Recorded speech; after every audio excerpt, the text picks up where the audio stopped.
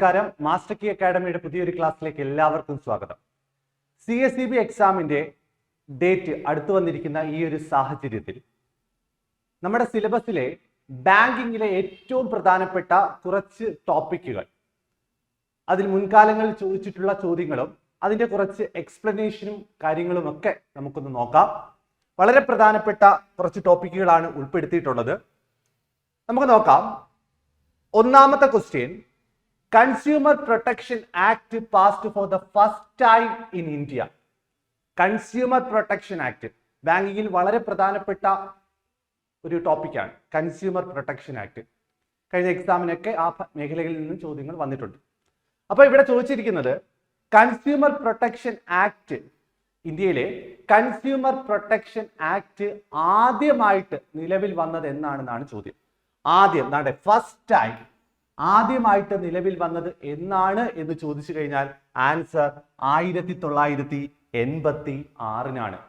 അപ്പോൾ ഓർത്തു വെക്കുക, കൺസ്യൂമർ പ്രൊട്ടക്ഷൻ ആക്ട് ആദ്യമായിട്ട് നിലവിൽ വന്നത് എന്നാണെന്ന് ചോദിച്ചാൽ 1986. എന്നാൽ നിലവിൽ കൺസ്യൂമർ പ്രൊട്ടക്ഷൻ ആക്ട് ഏത് വർഷമാണെന്ന് ചോദിച്ചാൽ 2019. ഇപ്പോൾ റൺ ചെയ്തുകൊണ്ടിരിക്കുന്നത് ഏത് കൺസ്യൂമർ പ്രൊട്ടക്ഷൻ ആക്ട് ആണെന്ന് ചോദിച്ചാൽ 2019 പുതുതായിട്ട് വന്ന കൺസ്യൂമർ പ്രൊട്ടക്ഷൻ ആക്ട് ആണ്. 1986 നിലവിൽ വന്ന കൺസ്യൂമർ പ്രൊട്ടക്ഷൻ ആക്ടിനെ പൂർണ്ണമായിട്ടും മാറ്റി, അമെൻമെന്റ് അല്ല, പൂർണ്ണമായിട്ടും ആ നിയമത്തെ മാറ്റി ഒരു പുതിയ നിയമം എന്നുള്ള രീതിയിൽ 2019 കൺസ്യൂമർ പ്രൊട്ടക്ഷൻ ആക്ട് നിലവിൽ വന്നു. ഓർത്തു വെക്കുക. അപ്പൊ ആദ്യമായിട്ട് കൺസ്യൂമർ പ്രൊട്ടക്ഷൻ ആക്ട് എന്നാണെന്ന് ചോദിച്ചാൽ 1986. എന്നാൽ കൺസ്യൂമർ പ്രൊട്ടക്ഷൻ ആക്ട് ഇപ്പോൾ നിലവിലുള്ളത് എത്രാമത്തെയാണെന്ന് ചോദിച്ചാൽ 2019. നമുക്ക് നോക്കാം. വളരെ പ്രധാനപ്പെട്ട കുറച്ച് പോയിന്റ്സുകളാണ്. കൺസ്യൂമർ പ്രൊട്ടക്ഷൻ ആക്ട് ആദ്യമായിട്ട് നിലവിൽ വന്നത് 1986 December 24. Consumer protection act COPRA act എന്നറിയപ്പെടുന്നുണ്ട്. അത് നിലവിൽ വന്നത് 1986 ഡിസംബർ 24. അതുപോലെ തന്നെ ഇപ്പോൾ റൺ ചെയ്തുകൊണ്ടിരിക്കുന്നത് കൺസ്യൂമർ പ്രൊട്ടക്ഷൻ ആക്ട് 2019. ഓർത്തു വെച്ചുക, ആദ്യമായിട്ട് നിലവിൽ വന്നത് 1986 നിയമമാണെങ്കിൽ ഇപ്പോൾ ഓടിക്കൊണ്ടിരിക്കുന്നത് കൺസ്യൂമർ പ്രൊട്ടക്ഷൻ ആക്ട് 2019. ഈ നിയമം 2019 നിയമം നിലവിൽ വന്നത് എന്നാണ് എന്ന് ചോദിച്ചാൽ 2020 ജൂലൈ 20. ഓർത്തു വെക്കുക, കൺസ്യൂമർ പ്രൊട്ടക്ഷൻ ആക്ട് 2019 നിലവിൽ വന്നത് എന്നാണെന്ന് ചോദിച്ചാൽ 2020 ജൂലൈ 20. അതുപോലെ അത് നോട്ടിഫൈ ചെയ്തത് എന്നാണെന്ന് ചോദിച്ചാൽ 2019 ഓഗസ്റ്റ് 9. അപ്പോൾ ആ രണ്ട് ഡേറ്റുകളും ഒന്ന് ഓർത്തു വെക്കുക.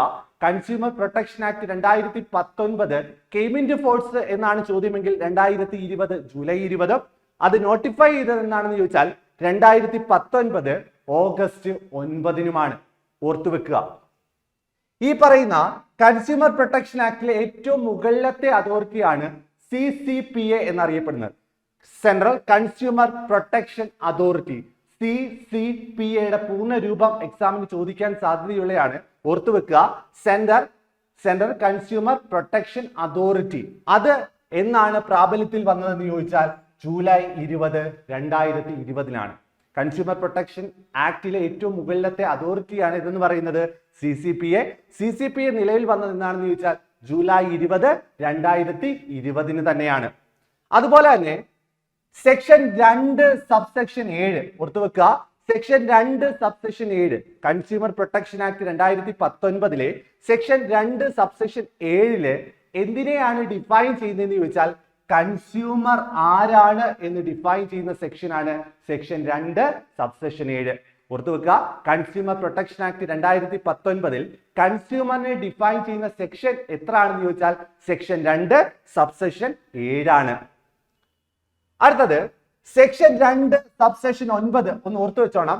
സെക്ഷൻ 2 സബ്സെക്ഷൻ 9 എന്തിനെ പറ്റിയാണെന്ന് ചോദിച്ചാൽ കൺസ്യൂമേഴ്സിന്റെ റൈറ്റ്സുകളെ പറ്റിയുള്ളതാണ്. ഓക്കെ ആണല്ലോ. കൺസ്യൂമറിന് ചില അവകാശങ്ങളുണ്ട്. ആ അവകാശങ്ങൾ ഏതൊക്കെയാണ് എന്ന് ഡിഫൈൻ ചെയ്തിരിക്കുന്നത് എവിടെയാണ്? Section 2 subsection 9. ഓർത്തു വെക്കാം. ഏതൊക്കെയാണ് കൺസ്യൂമർ റൈറ്റ്? 6 തരത്തിലാണ് കൺസ്യൂമർ റൈറ്റുകൾ ഉള്ളത്. ഏതൊക്കെയാണെന്ന് ഓർത്ത് വെക്കുക, എക്സാമിന് ചിലപ്പോൾ ചോദിക്കാൻ സാധ്യതയുള്ളതാണ്. റൈറ്റ് ടു സേഫ്റ്റി എന്ന് പറയുന്ന ഒരു കൺസ്യൂമർ റൈറ്റ് ആണ്. റൈറ്റ് ടു ബി ഇൻഫോംഡ് എന്ന് പറയുന്ന ഒരു കൺസ്യൂമർ റൈറ്റ് ആണ്. റൈറ്റ് ടു ചൂസ് എന്ന് പറയുന്ന ഒരു കൺസ്യൂമർ റൈറ്റ് ആണ്. റൈറ്റ് ടു ബി ഹേർഡ് എന്ന് പറയുന്ന ഒരു കൺസ്യൂമർ റൈറ്റ് ആണ്. Right to redressal, right to consumer education എന്നിങ്ങനെ 6 കൺസ്യൂമർ റൈറ്റുകളാണ് consumer protection act 2019 section 2 subsection 9 പറയപ്പെടുന്നത്. അപ്പൊ ഓർത്തു വെക്കുക, ആകെ എത്ര കൺസ്യൂമർ റൈറ്റുകൾ ഉണ്ട്? 6 കൺസ്യൂമർ റൈറ്റുകളാണുള്ളത്. 6 എണ്ണവും ഒന്ന് ഓർത്തു വെക്കുക. അടുത്തത് വളരെ പ്രധാനപ്പെട്ടതാണ്. ഇപ്പോൾ നമ്മൾ ഈ പറയുന്ന തർക്ക പരിഹാരത്തിനായിട്ട് നമ്മൾ കൺസ്യൂമർ കോർട്ടുമായിട്ട് ബന്ധപ്പെടാറുണ്ട് അല്ലെ? ഈ പറയുന്ന കൺസ്യൂമറിന്റെ അവകാശങ്ങൾ നേടിയെടുക്കാനുള്ള ഒരു നിയമമാണ് കൺസ്യൂമർ പ്രൊട്ടക്ഷൻ ആക്ട്. അപ്പോൾ അതുമായി ബന്ധപ്പെട്ട് ഏതൊക്കെ പ്രവർത്തന പരിധിയാണ്? 3 ടയറിലാണ്, 3 ടയറിലാണ് ഈ പറയുന്ന കൺസ്യൂമർ പ്രൊട്ടക്ഷൻ അതോറിറ്റി പ്രവർത്തിക്കുന്നത്. District commission, state commission, national commission. അവിടെ ഏതൊക്കെ എത്ര രൂപ വരെയുള്ള പ്രോഡക്റ്റുകൾ അല്ലെങ്കിൽ ഗുഡ്സ് സർവീസുമായി ബന്ധപ്പെട്ട പരാതികളാണ് പോകുന്നത് എന്ന് നമുക്കൊന്ന് നോക്കാം. ഡിസ്ട്രിക്ട് കമ്മീഷന്റെ മുമ്പിൽ എത്ര രൂപ വരെയുള്ള പരാതികളാണ് പോകുന്നതെന്ന് ചോദിച്ചാൽ അപ് ടു 50 lakhs ആണ്. ഓർത്തു വെക്കുക, 50 ലക്ഷം രൂപ വരെയുള്ള ഗുഡ്സ് സർവീസുമായി ബന്ധപ്പെട്ട പരാതികളാണ് നമ്മൾ പോകാൻ ഉദ്ദേശിക്കുന്നതെങ്കിൽ നമ്മൾ പോകേണ്ടത് എവിടെയാണ്? ഡിസ്ട്രിക്ട് കമ്മീഷന്റെ മുമ്പിലാണ്. Up to 50 lakhs. ഓർത്തു വെക്കുക, 50 ലക്ഷം രൂപ വരെയുള്ള പരാതികൾ പോകേണ്ടത് ഡിസ്ട്രിക്ട് കമ്മീഷന്റെ മുമ്പിലാണ്. അതുപോലെ തന്നെ 50 ലക്ഷം മുതൽ 2 കോടി വരെ. ഓർത്തു വെക്കുക, 50 ലക്ഷം തൊട്ട് 2 കോടി വരെയുള്ള ഗുഡ്സ് സർവീസുമായി ബന്ധപ്പെട്ട പരാതികളാണ് പോകുന്നതെങ്കിൽ അത് പോകേണ്ടത് സ്റ്റേറ്റ് കമ്മീഷന്റെ മുമ്പിലാണ്. അതുപോലെ തന്നെ നാഷണൽ കമ്മീഷന്റെ മുമ്പിൽ പോകേണ്ടത് 2 കോടി മുതൽ അതിന് മുകളിലോട്ടുള്ള പരാതികളാണ് നാഷണൽ കമ്മീഷന്റെ മുമ്പിൽ പോകേണ്ടത്. അങ്ങനെ 3 കമ്മീഷനുകളാണ് ഈ പറയുന്ന തർക്ക പരിഹാരവുമായി ബന്ധപ്പെട്ട് പ്രവർത്തിക്കുന്നത്. District commission, state commission, national commission. District കമ്മീഷനിൽ അപ് ടു 50 lakhs, 50 ലക്ഷം രൂപ വരെയുള്ളത്. സ്റ്റേറ്റ് കമ്മീഷനിൽ 50 ലക്ഷം തൊട്ട് 2 കോടി, 50 ലക്ഷം തൊട്ട് 2 കോടി വരെ. നാഷണൽ കമ്മീഷൻ ആണെങ്കിൽ 2 കോടിയിൽ മുകളിലോട്ട്. ഓർത്തു വെക്കുക, ഡിസ്ട്രിക്ട് കമ്മീഷനാണ് പരാതി പോയെങ്കിൽ അവിടെ ഒരു അപ്പീൽ അതോറിറ്റി ഉണ്ട്. അതാരാണെന്ന് ചോദിച്ചാൽ സ്റ്റേറ്റ് കമ്മീഷനാണ്. ഡിസ്ട്രിക്ട് കമ്മീഷനിൽ പരാതി പോയി കഴിഞ്ഞാൽ ഡിസ്ട്രിക്ട് കമ്മീഷൻ വിധിക്കുന്ന ആ ഒരു വിധി ഫൈനൽ ആണോ എന്ന് ചോദിച്ചാൽ ഫൈനൽ അല്ല. നമുക്ക് വേണമെങ്കിൽ അപ്പീൽ പോകാം. ആർക്ക് മുമ്പിൽ? സ്റ്റേറ്റ് കമ്മീഷന് മുമ്പിൽ അപ്പീൽ പോകാം. സ്റ്റേറ്റ് കമ്മീഷനും ഇതേ രീതിയിൽ ഒരു വിധി പുറപ്പെടുവിച്ചു കഴിഞ്ഞാൽ അതും ഫൈനൽ അല്ല. അതിൽ നമ്മൾ യോജിക്കുന്നില്ല എങ്കിൽ നമുക്ക് വേണമെങ്കിൽ എന്ത് പോകാം? അപ്പീൽ പോകാം. ആരുടെ മുമ്പിൽ? നാഷണൽ കമ്മീഷന് മുമ്പിൽ അപ്പീൽ പോകാം. അതുപോലെ തന്നെ നാഷണൽ കമ്മീഷന് വിധിക്കെതിരെയും നമുക്ക് അപ്പീൽ പോകാവുന്നതാണ്. എവിടെയാണ്? സുപ്രീം കോടതിയുടെ മുമ്പിൽ. ഓക്കെ ആണല്ലോ? അപ്പോൾ ഈ പറയുന്ന ജൂറിഡിക്ഷനും അപ്പീൽ അതോറിറ്റിയും ഏതൊക്കെയാണെന്ന് ഒന്ന് ഓർത്തു വെക്കുക. എക്സാമിന് ചോദിക്കാൻ സാധ്യതയുള്ളതാണ്. അടുത്തത് രണ്ടാമത്തെ ചോദ്യത്തിലേക്ക് പോവാണ്. A QR code consists of QR code. QR എന്നതിന്റെ പൂർണ്ണരൂപം എക്സാമിന് ചോദിച്ച് കണ്ടിട്ടുണ്ട്. QR എന്നതിന്റെ പൂർണ്ണരൂപം ക്വിക്ക് റെസ്പോൺസ് എന്നാണ്. ഓക്കെ ആണല്ലോ? QR എന്നതിന്റെ പൂർണ്ണരൂപം എന്താണെന്ന് ചോദിച്ചാൽ ക്വിക്ക് റെസ്പോൺസ് ആണ്. ഇവിടെ QR കോഡിൽ എന്തൊക്കെയാണ് ഉൾക്കൊള്ളുന്നത് എന്ന് ചോദിച്ചാൽ black square, a square grid, white background, all of the above. ഓർത്തു വെക്കുക, ഒരു QR കോഡ് ഉൾക്കൊള്ളുന്ന കാര്യങ്ങൾ എന്തൊക്കെയാണെന്ന് ചോദിച്ചാൽ ബ്ലാക്ക് സ്ക്വയർ ഉൾക്കൊള്ളുന്നുണ്ട്, എ സ്ക്വയർ ഗ്രിഡ് ഉൾക്കൊള്ളുന്നുണ്ട്, അതുപോലെ തന്നെ ഒരു വൈറ്റ് ബാക്ക്ഗ്രൗണ്ടും ഉൾക്കൊള്ളുന്നതാണ് ഒരു QR കോഡ് എന്ന് പറയുന്നത്. അപ്പോൾ ഇവിടെ നമ്മുടെ ആൻസർ എന്ന് പറയുന്നത് ഓൾ ഓഫ് ദി എബോവ് ആണ്. ഓർത്തു വെക്കുക. ഇനി QR കോഡുമായി ബന്ധപ്പെട്ട വളരെ പ്രധാനപ്പെട്ട കുറച്ച് പോയിന്റ്സുകൾ ഒന്ന് പറഞ്ഞു പോവാണ്. A QR code stands for quick response code. ഓർത്ത് വെച്ചോണേ, QR കോഡിന്റെ പൂർണ്ണ രൂപം എന്താണെന്ന് ചോദിച്ചാൽ ക്വിക്ക് റെസ്പോൺസ് കോഡ് എന്നാണ്. It is A 2-dimensional barcode. ചിലപ്പോൾ നേരത്തെ ഓപ്ഷനകത്ത് തന്നതുപോലെ ഇനി തരാൻ സാധ്യതയുള്ള ഓപ്ഷൻസ് ആണ് ഈ പറയുന്നത്. QR കോഡ് എന്ന് പറയുന്നത് ഒരു 2-dimensional ബാർകോഡ് ആണ്. ഓർത്ത് വെച്ചോണം, QR കോഡ് എന്ന് പറഞ്ഞാൽ എന്താണ്? ഒരു 2-dimensional ബാർകോഡ് ആണ്. that store information easily accessible with a scanner. അല്ലെ, നമുക്ക് ഈ പറയുന്ന വിവരങ്ങൾ, ഇൻഫർമേഷൻസ്, ഡാറ്റാസ് ഒക്കെ സ്റ്റോർ ചെയ്ത് വെക്കാൻ പറ്റുന്ന ഒരു ഉപാധിയാണ് എന്തെന്ന് പറയുന്നത്, QR കോഡ് എന്ന് പറയുന്നത്. ഈ QR കോഡ് സ്കാൻ ചെയ്യുന്നതിലൂടെ നമുക്ക് ഈ പറയുന്ന ഇൻഫർമേഷൻസ് അല്ലെങ്കിൽ ഡാറ്റാസ് ആക്സസ് ചെയ്യാൻ കഴിയുന്നതുമാണ്. അതുപോലെ തന്നെ QR കോഡ് ടെക്നോളജി, ഈ പറയുന്ന QR കോഡ് എന്ന് പറയുന്ന ടെക്നോളജി ആദ്യമായിട്ട് നിലവിൽ വന്നത് 1994 ലോകമെമ്പാടും ഈ പറയുന്ന QR കോഡ് എന്ന് പറയുന്ന ടെക്നോളജി നിലവിൽ വന്ന വർഷം 1994 ഡെൻസോ വേവ് ആണ് ഈ പറയുന്ന QR കോഡ് കൊണ്ടുവന്നത്. ഓക്കെ ആണല്ലോ. അപ്പോൾ QR കോഡ് ടെക്നോളജി ഇൻവെന്റ് ചെയ്തത് ആരാണെന്ന് ചോദിച്ചാൽ ഡെൻസോ വേവ് ആണ്. ഏത് വർഷമാണെന്ന് ചോദിച്ചാൽ 1994. QR കോഡിന്റെ പൂർണ്ണ രൂപം എന്താണെന്ന് ചോദിച്ചാൽ ക്വിക്ക് റെസ്പോൺസ് ആണ്. A QR code is composed of a grid of black square on a white background. സാധാരണയായി നോർമൽ ആയിട്ട് എല്ലാ തരത്തിലുള്ള QR കോഡും അതിന്റെ ബാക്ക്ഗ്രൗണ്ട് കളർ എങ്ങനെയാണെന്ന് ചോദിച്ചാൽ വൈറ്റ് ബാക്ക്ഗ്രൗണ്ട് ആയിരിക്കും. It is typically consist of 3 main parts. പ്രധാനമായിട്ടും ഈ പറയുന്ന QR കോഡിൽ 3 പ്രധാനപ്പെട്ട ഭാഗങ്ങളാണുള്ളത്. ഏതൊക്കെയാണെന്ന് ചോദിച്ചാൽ ഫൈൻഡർ പാറ്റേൺ, ഒരു QR കോഡിൽ ഉൾക്കൊള്ളുന്ന 3 പ്രധാനപ്പെട്ട ഭാഗങ്ങൾ പറയുവാണ്. ഫൈൻഡർ പാറ്റേൺ, അതുപോലെ തന്നെ അലൈൻമെന്റ് പാറ്റേൺ, അതുപോലെ തന്നെ ടൈമിംഗ് പാറ്റേൺ. ഓർത്തു വെക്കുക, എക്സാമിന് ചോദിക്കാൻ സാധ്യതയുള്ളതാണ്. ഒരു QR കോഡിലെ പ്രധാനപ്പെട്ട 3 ഭാഗങ്ങൾ ഏതൊക്കെയാണെന്ന് ചോദിച്ചാൽ ഫൈൻഡർ പാറ്റേൺ ഉണ്ട്, അലൈൻമെന്റ് പാറ്റേൺ ഉണ്ട്, ടൈമിംഗ് പാറ്റേൺ ഉണ്ട്. ഈ 3 കാര്യങ്ങളും കൂടെ ഉൾക്കൊള്ളുന്നതാണ് ഒരു QR കോഡ് എന്ന് പറയുന്നത്. അടുത്തത് types of QR code. QR കോഡിന്റെ തരം, എത്ര തരത്തിലുള്ള QR കോഡുകളാണ് ഉള്ളതെന്ന് ചോദിച്ചാൽ 2 തരത്തിലാണ്. പ്രധാനമായിട്ടും 2 തരത്തിലുള്ള QR കോഡുകളാണുള്ളത്. ഏതൊക്കെയാണെന്ന് ചോദിച്ചാൽ സ്റ്റാറ്റിക് QR കോഡും അതുപോലെ തന്നെ ഡൈനാമിക് QR കോഡും. ഓർത്തു വെക്കുക, സ്റ്റാറ്റിക് QR കോഡും ഡൈനാമിക് QR കോഡും. എന്താണ് static QR code? The data is directly embedded in the code and it cannot be changed after creation. ഈ പറയുന്ന QR കോഡ് ക്രിയേറ്റ് ചെയ്ത് കഴിഞ്ഞാൽ, ഈ പറയുന്ന സ്റ്റാറ്റിക് QR കോഡ് ക്രിയേറ്റ് ചെയ്ത് കഴിഞ്ഞാൽ അത് cannot be changed. അതെന്താണ്? ചേഞ്ച് ചെയ്യാൻ കഴിയുകയില്ല. സ്ഥിരമായിട്ട് നിലനിർത്താൻ പറ്റുന്ന QR കോഡുകളെ വിളിക്കുന്ന പേരാണ് സ്റ്റാറ്റിക് QR കോഡ്. അവിടെ യാതൊരു വിധത്തിലുള്ള മോഡിഫിക്കേഷൻസും പിന്നീട് വരുത്തുവാൻ കഴിയില്ല. എന്നാൽ ഡൈനാമിക് QR കോഡ് എന്താണ്? These link to URL that can be updated or changed at any time even after code has been printed. Okay ആണല്ലോ. ഈ പറയുന്ന QR code, dynamic QR code create ചെയ്ത് കഴിഞ്ഞാൽ പിന്നീട് എപ്പോൾ വേണമെങ്കിലും അതിൽ എന്തെങ്കിലും തരത്തിലുള്ള മോഡിഫിക്കേഷൻസും അപ്ഡേറ്റും ചേഞ്ചും ഒക്കെ വരുത്താൻ പറ്റുന്ന QR കോഡിനെ വിളിക്കുന്ന പേരാണ് ഡൈനാമിക് QR കോഡ്. അപ്പോൾ QR കോഡ് നിലവിൽ വന്നത് 1994 ഡെൻസോ വേവ് ആണ്. ക്വിക്ക് റെസ്പോൺസ് എന്നാണ്. QR കോഡിന് പ്രധാനമായിട്ടും 3 ഭാഗങ്ങളുണ്ട് എന്ന് പറഞ്ഞു. അതുപോലെ തന്നെ QR കോഡ് 2 തരമാണ്, സ്റ്റാറ്റിക് QR കോഡും ഡൈനാമിക് QR കോഡും. അടുത്ത ചോദ്യം, 3ാമത്തെ ചോദ്യത്തിലേക്ക് കടക്കാണ്. UPI stands for.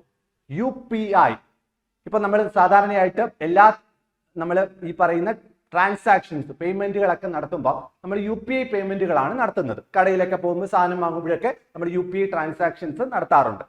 ഇവിടെ UPI എന്നതിന്റെ പൂർണ്ണ രൂപം എന്താണെന്നാണ് ചോദിച്ചേക്കുന്നത്. UPI എന്നതിന്റെ പൂർണ്ണ രൂപം യൂണിഫൈഡ് പേയ്മെന്റ് ഇന്റർഫേസ്. ഓർത്തു വെക്കുക, UPIയുടെ പൂർണ്ണ രൂപം എന്താണെന്ന് ചോദിച്ചാൽ, ഫുൾ ഫോം എന്താണെന്ന് ചോദിച്ചാൽ യൂണിഫൈഡ് പേയ്മെന്റ് ഇന്റർഫേസ്. നമ്മുടെ ഓപ്ഷൻ ബി ആണ് കറക്റ്റ്, യൂണിഫൈഡ് പേയ്മെന്റ് ഇന്റർഫേസ്. നമുക്ക് നോക്കാം എന്താണ് UPI. വളരെ പ്രധാനപ്പെട്ട കുറച്ച് പോയിന്റുകൾ പറയുവാണ്. UPI എന്ന് വെച്ചാൽ യൂണിഫൈഡ് പേയ്മെന്റ് ഇന്റർഫേസ് ആണ്. ഈ UPI എന്ന് പറയുന്ന ആ ഒരു ടെക്നോളജി നിലവിൽ വന്നത് എന്നാണെന്ന് വെച്ചാൽ 2016 ഏപ്രിൽ 11. അതിന്റെ ഡേറ്റ് സഹിതം പഠിച്ചു വെച്ചോണം. UPI നിലവിൽ വന്നത് എന്നാണെന്ന് ചോദിച്ചാൽ 2016 ഏപ്രിൽ 11. 2016 ഏപ്രിൽ 11 UPI എന്ന് പറയുന്ന ആ ഒരു സിസ്റ്റം നിലവിൽ വന്നത്. UPI payment can be made through mobile number, VPA, UPI ID, bank account number and QR code. ഓർത്തു വെക്കുക, ഈ പറയുന്ന UPI പേയ്മെന്റുകൾ നമുക്ക് ഏതെല്ലാം രീതികളിൽ നടത്താം എന്ന് ചോദിച്ചാൽ, മൊബൈൽ നമ്പർ, ഒരാളുടെ മൊബൈൽ നമ്പർ ഉണ്ടെങ്കിൽ UPI രജിസ്റ്റർ ചെയ്തിട്ടുള്ള മൊബൈൽ നമ്പർ ഉപയോഗിച്ച് നമുക്ക് ഈ പറയുന്ന UPI പേയ്മെന്റുകൾ നടത്താം. അല്ലെങ്കിൽ ഒരു വ്യക്തിയുടെ UPI ID ഉണ്ടെങ്കിൽ നമുക്ക് എന്ത് ചെയ്യാം? ഈ പറയുന്ന UPI പേയ്മെന്റുകൾ നടത്താം. UPI IDയുടെ മറ്റൊരു പേരാണ് VPA. ഓർത്തു വെച്ചോണം, UPI IDയുടെ മറ്റൊരു പേരാണ് VPA, വെർച്വൽ പേയ്മെന്റ് അഡ്രസ്. VPAയുടെ പൂർണ്ണരൂപം വെർച്വൽ പേയ്മെന്റ് അഡ്രസ്.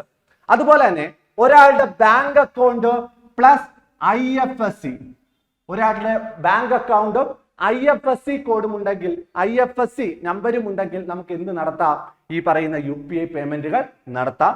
അതുപോലെ തന്നെ QR കോഡ്, അല്ലെ, നമ്മൾ മിക്ക ഷോപ്പുകളിൽ ചെന്നാലും ഈ പറയുന്ന QR കോഡ് കാണും. QR കോഡ് സ്കാൻ ചെയ്ത് നമുക്ക് ഈ പറയുന്ന UPI പേയ്മെന്റുകൾ നടത്താം. അപ്പം UPI നിലവിൽ വന്നത് 2016 ഏപ്രിൽ 11.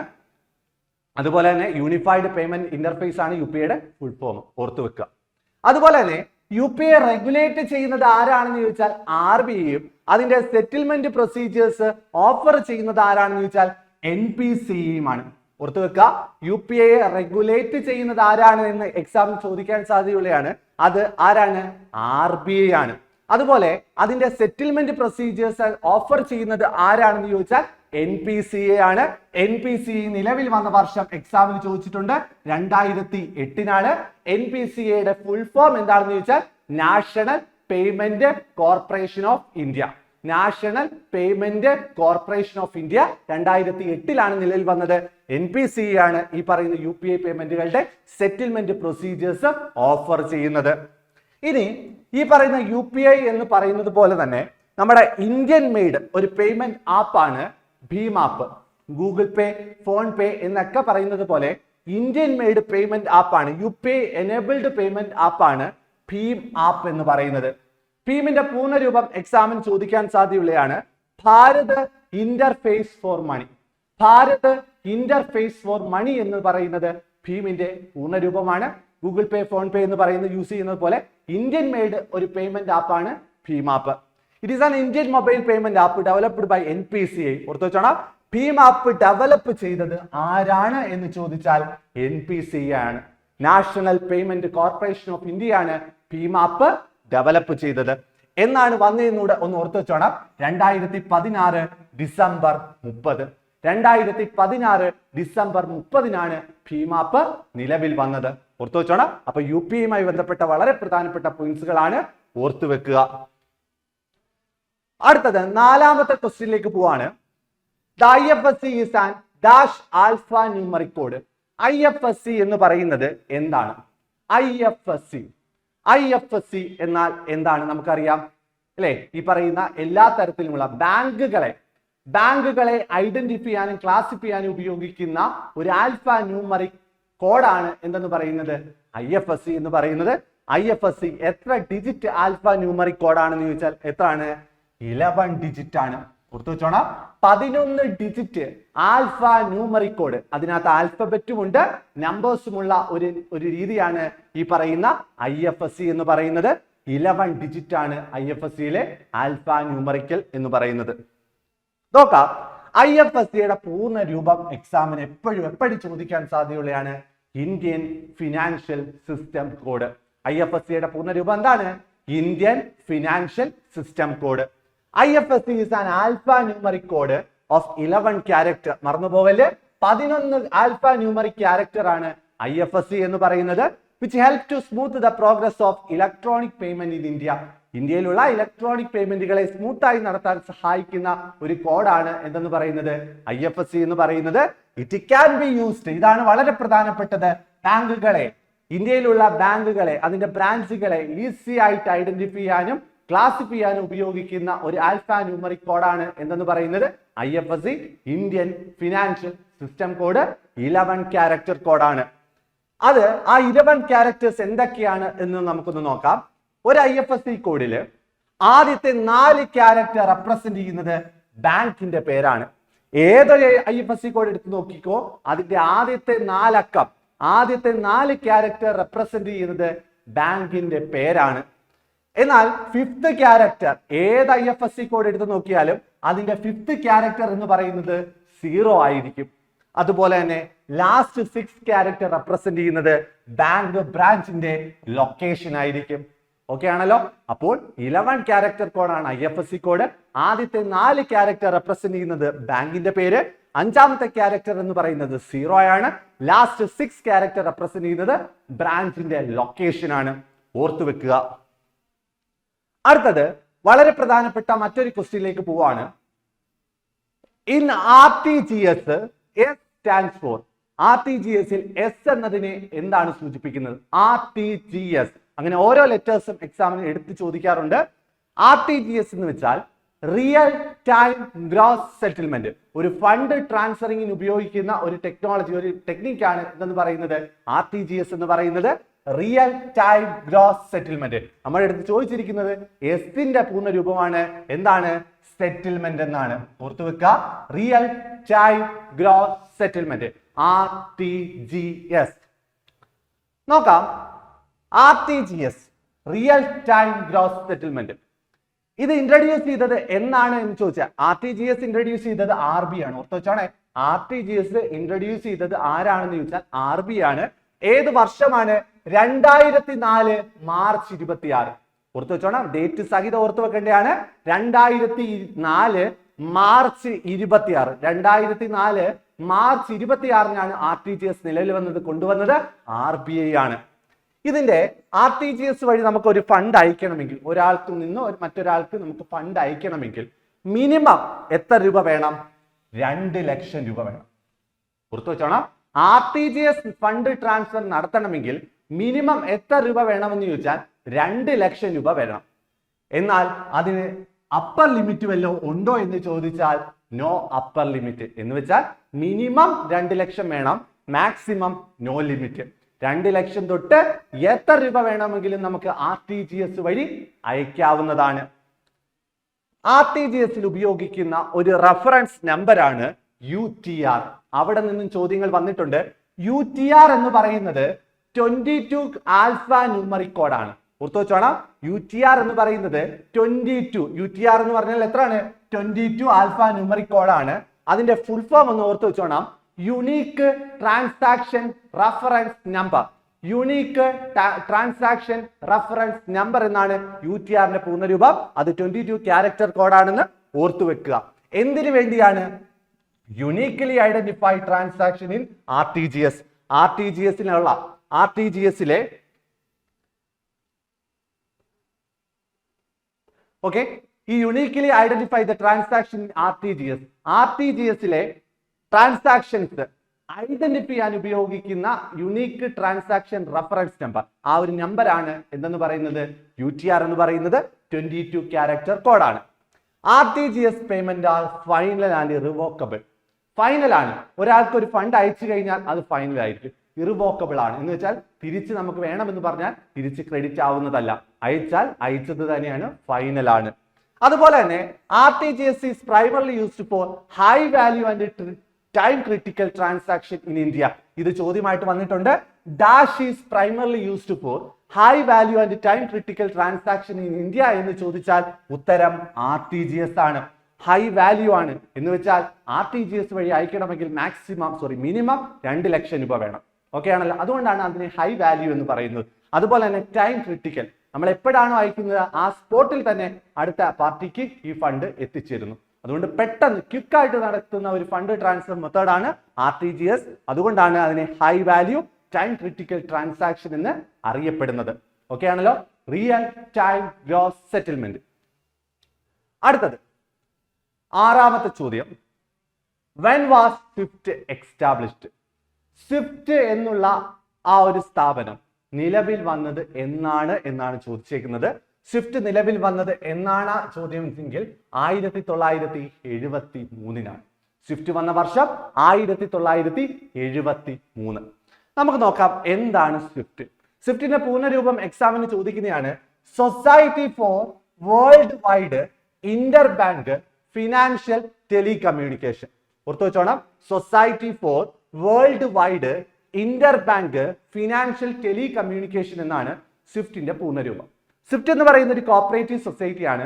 പക്ഷേ ഏത് നിയമപ്രകാരം രജിസ്റ്റർ ചെയ്ത സൊസൈറ്റി ആണെന്ന് ചോദിച്ചാൽ ബെൽജിയം ലോ പ്രകാരം രജിസ്റ്റർ ചെയ്ത ഒരു സൊസൈറ്റി ആണെന്ന് ഓർത്തു വെക്കുക.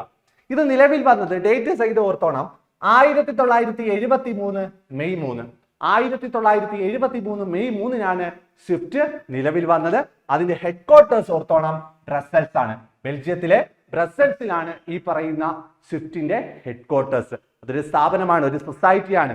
ഇവിടെ ഈ സൊസൈറ്റി ഏതെങ്കിലും തരത്തിലുള്ള പണമിടപാട് നടത്തുന്നുണ്ടോ എന്ന് ചോദിച്ചാൽ യാതൊരു വിധത്തിലുള്ള ഫണ്ട് ട്രാൻസ്ഫർ മെത്തേഡും ചെയ്യുന്നില്ല. മറിച്ച് അവരെന്താ ചെയ്യുന്നത്? It provide network that enable financial institutions world wide to send and receive information about the transaction in secure and reliable way. ഏതെങ്കിലും തരത്തിലുള്ള ഫണ്ട് ട്രാൻസ്ഫറുമായി ബന്ധപ്പെട്ട ഇൻഫർമേഷൻസ് ബാങ്കുകൾ പരസ്പരം കൈമാറുന്നുണ്ടെങ്കിൽ അതിനെ ഒരു സെക്യൂർ ആക്കാൻ, അതിനൊരു സേഫ്റ്റി കൊടുക്കുന്നത് ആരാണെന്ന് ചോദിച്ചാൽ ആരാണ്? സ്വിഫ്റ്റ് ആണ്. അപ്പോൾ സ്വിഫ്റ്റ് വന്നത് എന്താണെന്ന് ചോദിച്ചാൽ 1973 മെയ് 3. സ്വിഫ്റ്റിന്റെ ഹെഡ്ക്വാർട്ടേഴ്സ് ബ്രസൽസ് ആണ്. അതുപോലെ തന്നെ സ്വിഫ്റ്റിന് ഒരു കോഡ് ഉണ്ട്. സ്വിഫ്റ്റ് കോഡ് എന്ന് പറയുന്നത് എത്ര ക്യാരക്ടർ കോഡാണെന്ന് ചോദിച്ചാൽ 8 മുതൽ 11 ക്യാരക്ടർ കോഡാണ്. ഓക്കെ ആണല്ലോ? 8 തൊട്ട് 11 ക്യാരക്ടർ കോഡാണ് ഈ പറയുന്ന സ്വിഫ്റ്റ് കോഡ് എന്ന് പറയുന്നത്. ആദ്യത്തെ 4 ക്യാരക്ടർ കാണിക്കുന്നത് അതിന്റെ ബാങ്ക് കോഡാണ്. സ്വിഫ്റ്റ് കോഡിനകത്ത് ആദ്യത്തെ 4 character bank code. Next 2 character represent ചെയ്യുന്നത് കൺട്രി കോഡാണ്. ഓക്കെ ആണല്ലോ? രാജ്യങ്ങൾ തമ്മിൽ ഇന്റർ കൺട്രികൾ അല്ലെ, 2 രാജ്യങ്ങൾ തമ്മിലുള്ള പണമിടപാട് നടത്തുമ്പോൾ അവിടുത്തെ ആ ഒരു സെക്യൂരിറ്റി കൊടുക്കുന്നത്, അതുമായി ബന്ധപ്പെട്ട ഇൻഫർമേഷൻസ് അയക്കുന്ന, ആ ഒരു മെസ്സേജ് അയക്കുന്നത് സ്വിഫ്റ്റ് ആണ്. അതുകൊണ്ട് നെക്സ്റ്റ് 2 ക്യാരക്ടർ റെപ്രസെന്റ് ചെയ്യുന്നത് കൺട്രി കോഡാണ്. ഫോളോയിങ് 2 ക്യാരക്ടർ, അടുത്ത പിന്നീട് വരുന്ന 2 അക്കങ്ങൾ കാണിക്കുന്നത് സിറ്റി കോഡാണ്. ലാസ്റ്റ് 3 ക്യാരക്ടർ റെപ്രസെന്റ് ചെയ്യുന്നത് ബ്രാഞ്ച് കോഡാണ്. ഈ പറയുന്ന ലാസ്റ്റ് 3 ക്യാരക്ടർ ഓപ്ഷനിലാണ്, വേണമെങ്കിൽ ഉപയോഗിക്കാവുന്നതാണ്. അപ്പോൾ സ്വിഫ്റ്റ് കോഡ് എന്ന് പറയുന്നത് 8 മുതൽ 11 ക്യാരക്ടർ കോഡാണെന്ന് ഓർത്തു വെക്കുക. അടുത്ത ചോദ്യത്തിലേക്ക് പോവാണ്. What technology is used by banks primarily to identify process cheque? Cheque പ്രോസസ്സിംഗിന് ഉപയോഗിക്കുന്ന ടെക്നോളജി ഏതാണെന്നാണ് ചോദ്യം. ചെക്ക് പ്രോസസ്സിംഗുമായി ബന്ധപ്പെട്ട് ഉപയോഗിക്കുന്ന ടെക്നോളജി ഓർത്തു വെക്കുക. ചെക്ക് പ്രോസസ്സിംഗ് ആണോ ചോദ്യം? ഉത്തരം MICR ആണ്. MICR എന്ന് പറയുന്നത് ചെക്ക് പ്രോസസ്സിംഗുമായി ഉപയോഗിക്കുന്ന ഒരു ടെക്നോളജിയാണ് MICR എന്ന് പറയുന്നത്. എല്ലാ ചെക്കുകളിലും ഈ പറയുന്ന MICR കോഡ് പ്രിന്റ് ചെയ്ത് വെച്ചിട്ടുണ്ട്. ഓക്കെ ആണല്ലോ? അപ്പൊ MICRന്റെ പൂർണ്ണ രൂപം ചോദിക്കുന്നതാണ് മാഗ്നറ്റിക് ഇങ്ക് ക്യാരക്ടർ റെക്കഗ്നിഷൻ. MICRന്റെ പൂർണ്ണ രൂപമാണ് മാഗ്നറ്റിക് ഇങ്ക് ക്യാരക്ടർ റെക്കഗ്നിഷൻ.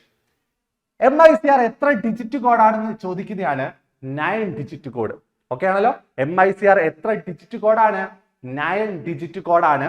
ഇത് പ്രിന്റ് ചെയ്തിരിക്കുന്നത് ചെക്കിന്റെ ബാക്ക് സൈഡിലാണ്, ചെക്കിന്റെ ബോട്ടം സൈഡിലാണ്. ഒരു ചെക്ക് എടുത്ത് നോക്കിയാൽ ചെക്കിന്റെ താഴ്ഭാഗത്ത് പ്രിന്റ് ചെയ്തിട്ടുള്ള ഒരു നമ്പറാണ് 9 ഡിജിറ്റ് കോഡാണ് എന്തെന്ന് പറയുന്നത് MICR എന്ന് പറയുന്നത്. ആദ്യത്തെ 3 ഡിജിറ്റ് റെപ്രസെന്റ് ചെയ്യുന്നത് സിറ്റി കോഡും അടുത്ത 3 ഡിജിറ്റ് റെപ്രസെന്റ് ചെയ്യുന്നത് ബാങ്ക് കോഡും ലാസ്റ്റ് 3 ഡിജിറ്റ് റെപ്രസെന്റ് ചെയ്യുന്നത് ബ്രാഞ്ച് കോഡുമാണ്. അപ്പോൾ സിറ്റി, ബാങ്ക്, ബ്രാഞ്ച് ആ ഒരു ഓർഡറിലാണ് 9 കോഡുകൾ ഈ പറയുന്ന MICRൽ ഉപയോഗിച്ചിട്ടുള്ളത്. അതുപോലെ തന്നെ MICR എന്തിനാ ഉപയോഗിച്ചത്? നമ്മൾ ഓൾറെഡി പറഞ്ഞാണ്, speed up the processing of check.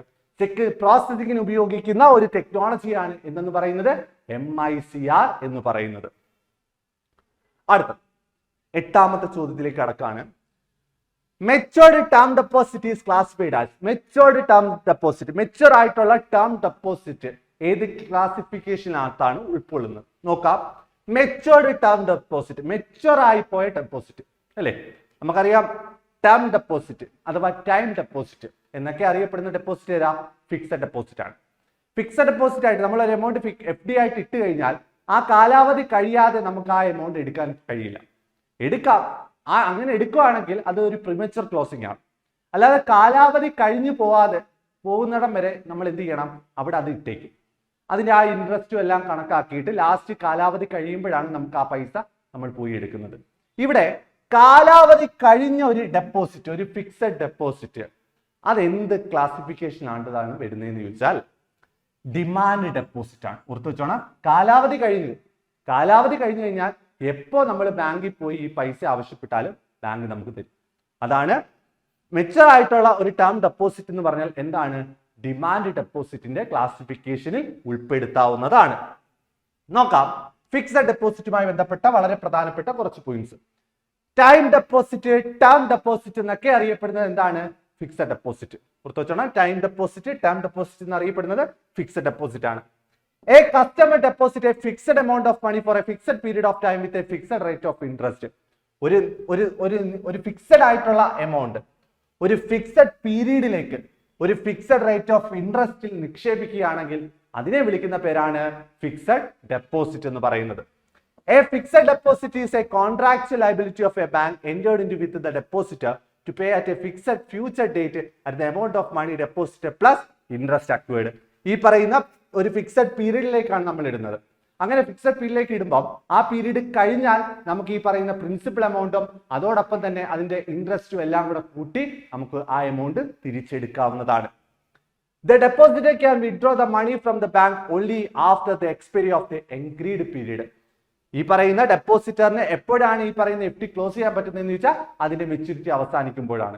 അല്ലാതെ വേണമെങ്കിൽ നമുക്ക് എടുക്കാം, അത് പ്രിമച്വർ ക്ലോസിംഗ് ആണ്. കാലാവധി തീരുന്നതിന് മുമ്പ് നമ്മൾ FD ക്ലോസ് ചെയ്യുന്നതിനെ പറയുന്ന പേരാണ് പ്രിമച്വർ ക്ലോസിംഗ്. അവിടെ ഈ പറയുന്ന ഇൻട്രസ്റ്റ് ഏതാണ്ടൊക്കെ കുറവൊക്കെ സംഭവിക്കാൻ സാധ്യതയുള്ളതാണ്.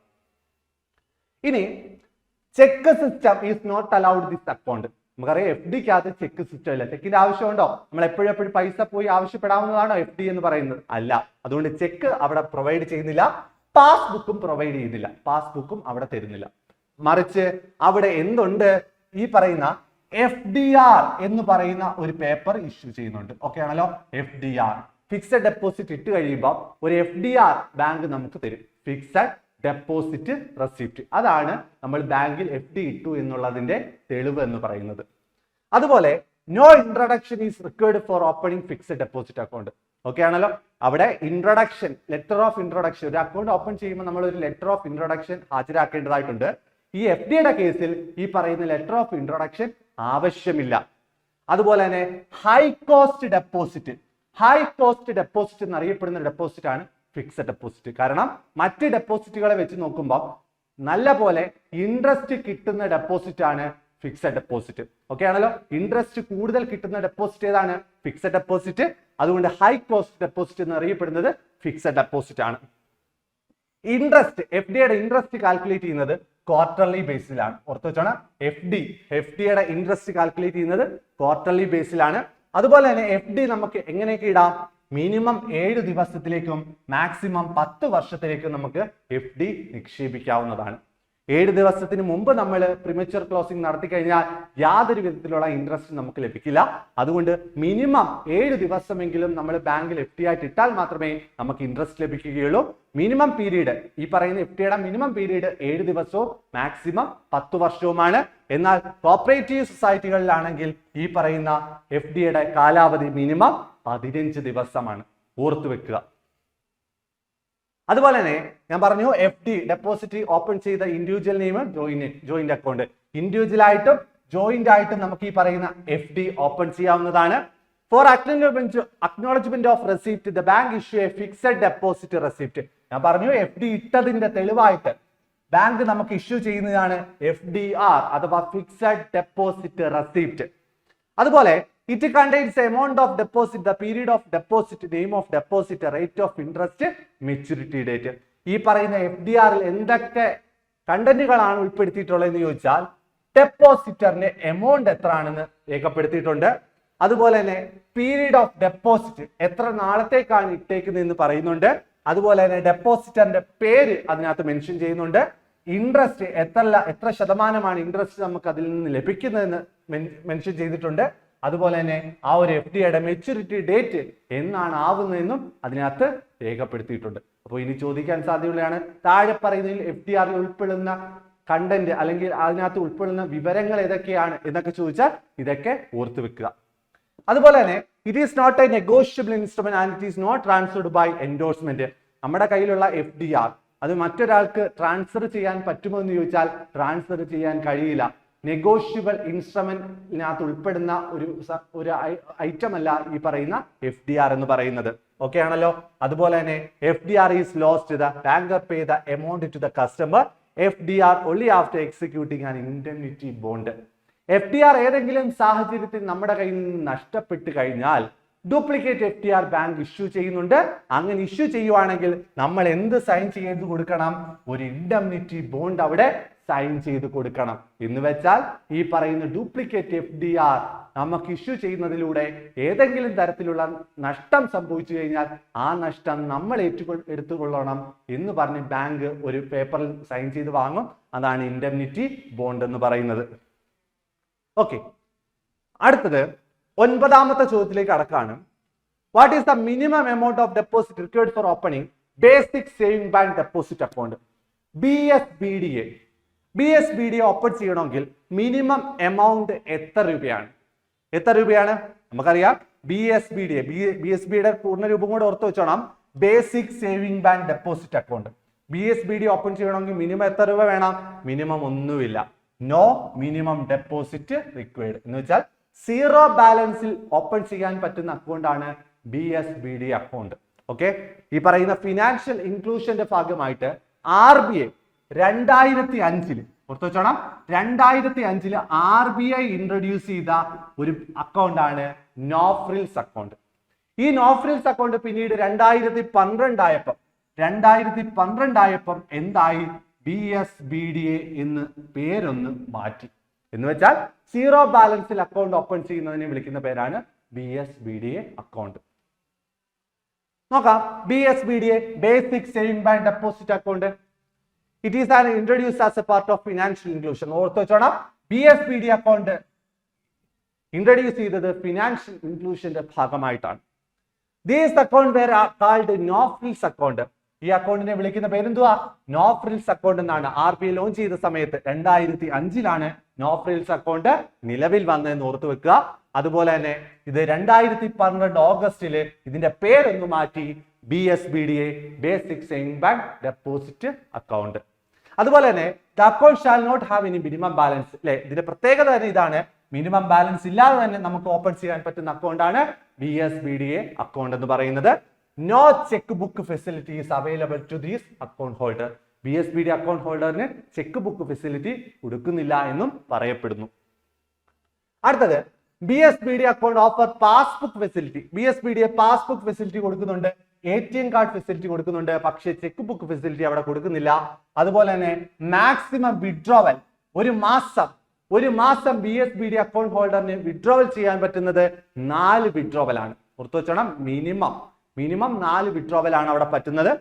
മാക്സിമം 4 വിഡ്രോവൽ ആണ് പറ്റുന്നത് അവിടെ ഒരു മാസത്തേക്കാണ്, ഇൻക്ലൂഡിങ് ATM വഴി അല്ലാതെ ഒക്കെ ആയിട്ട് മാക്സിമം നമുക്ക് അവിടെ വിഡ്രോ ചെയ്യാൻ പറ്റുന്നത് 4 തവണ മാത്രമാണ്.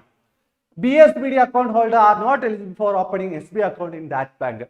BSBD ഒരു വ്യക്തിക്ക് ഒരു BSBD അക്കൗണ്ട് ഒരു ബാങ്കിൽ ഉണ്ടെങ്കിൽ ആ വ്യക്തിക്ക് അതേ ബാങ്കിൽ തന്നെ ഒരു SBI അക്കൗണ്ട് ഓപ്പൺ ചെയ്യുവാൻ കഴിയില്ല. അതുപോലെ തന്നെ if a customer has any other existing saving bank account in that bank, he or she will be required to close it within 30 days from the date of opening a BSBD account. ഒരു വ്യക്തിക്ക് ആ ഒരു ബാങ്കിൽ ഒരു SBI account ഉണ്ടെന്ന് കരുതുക.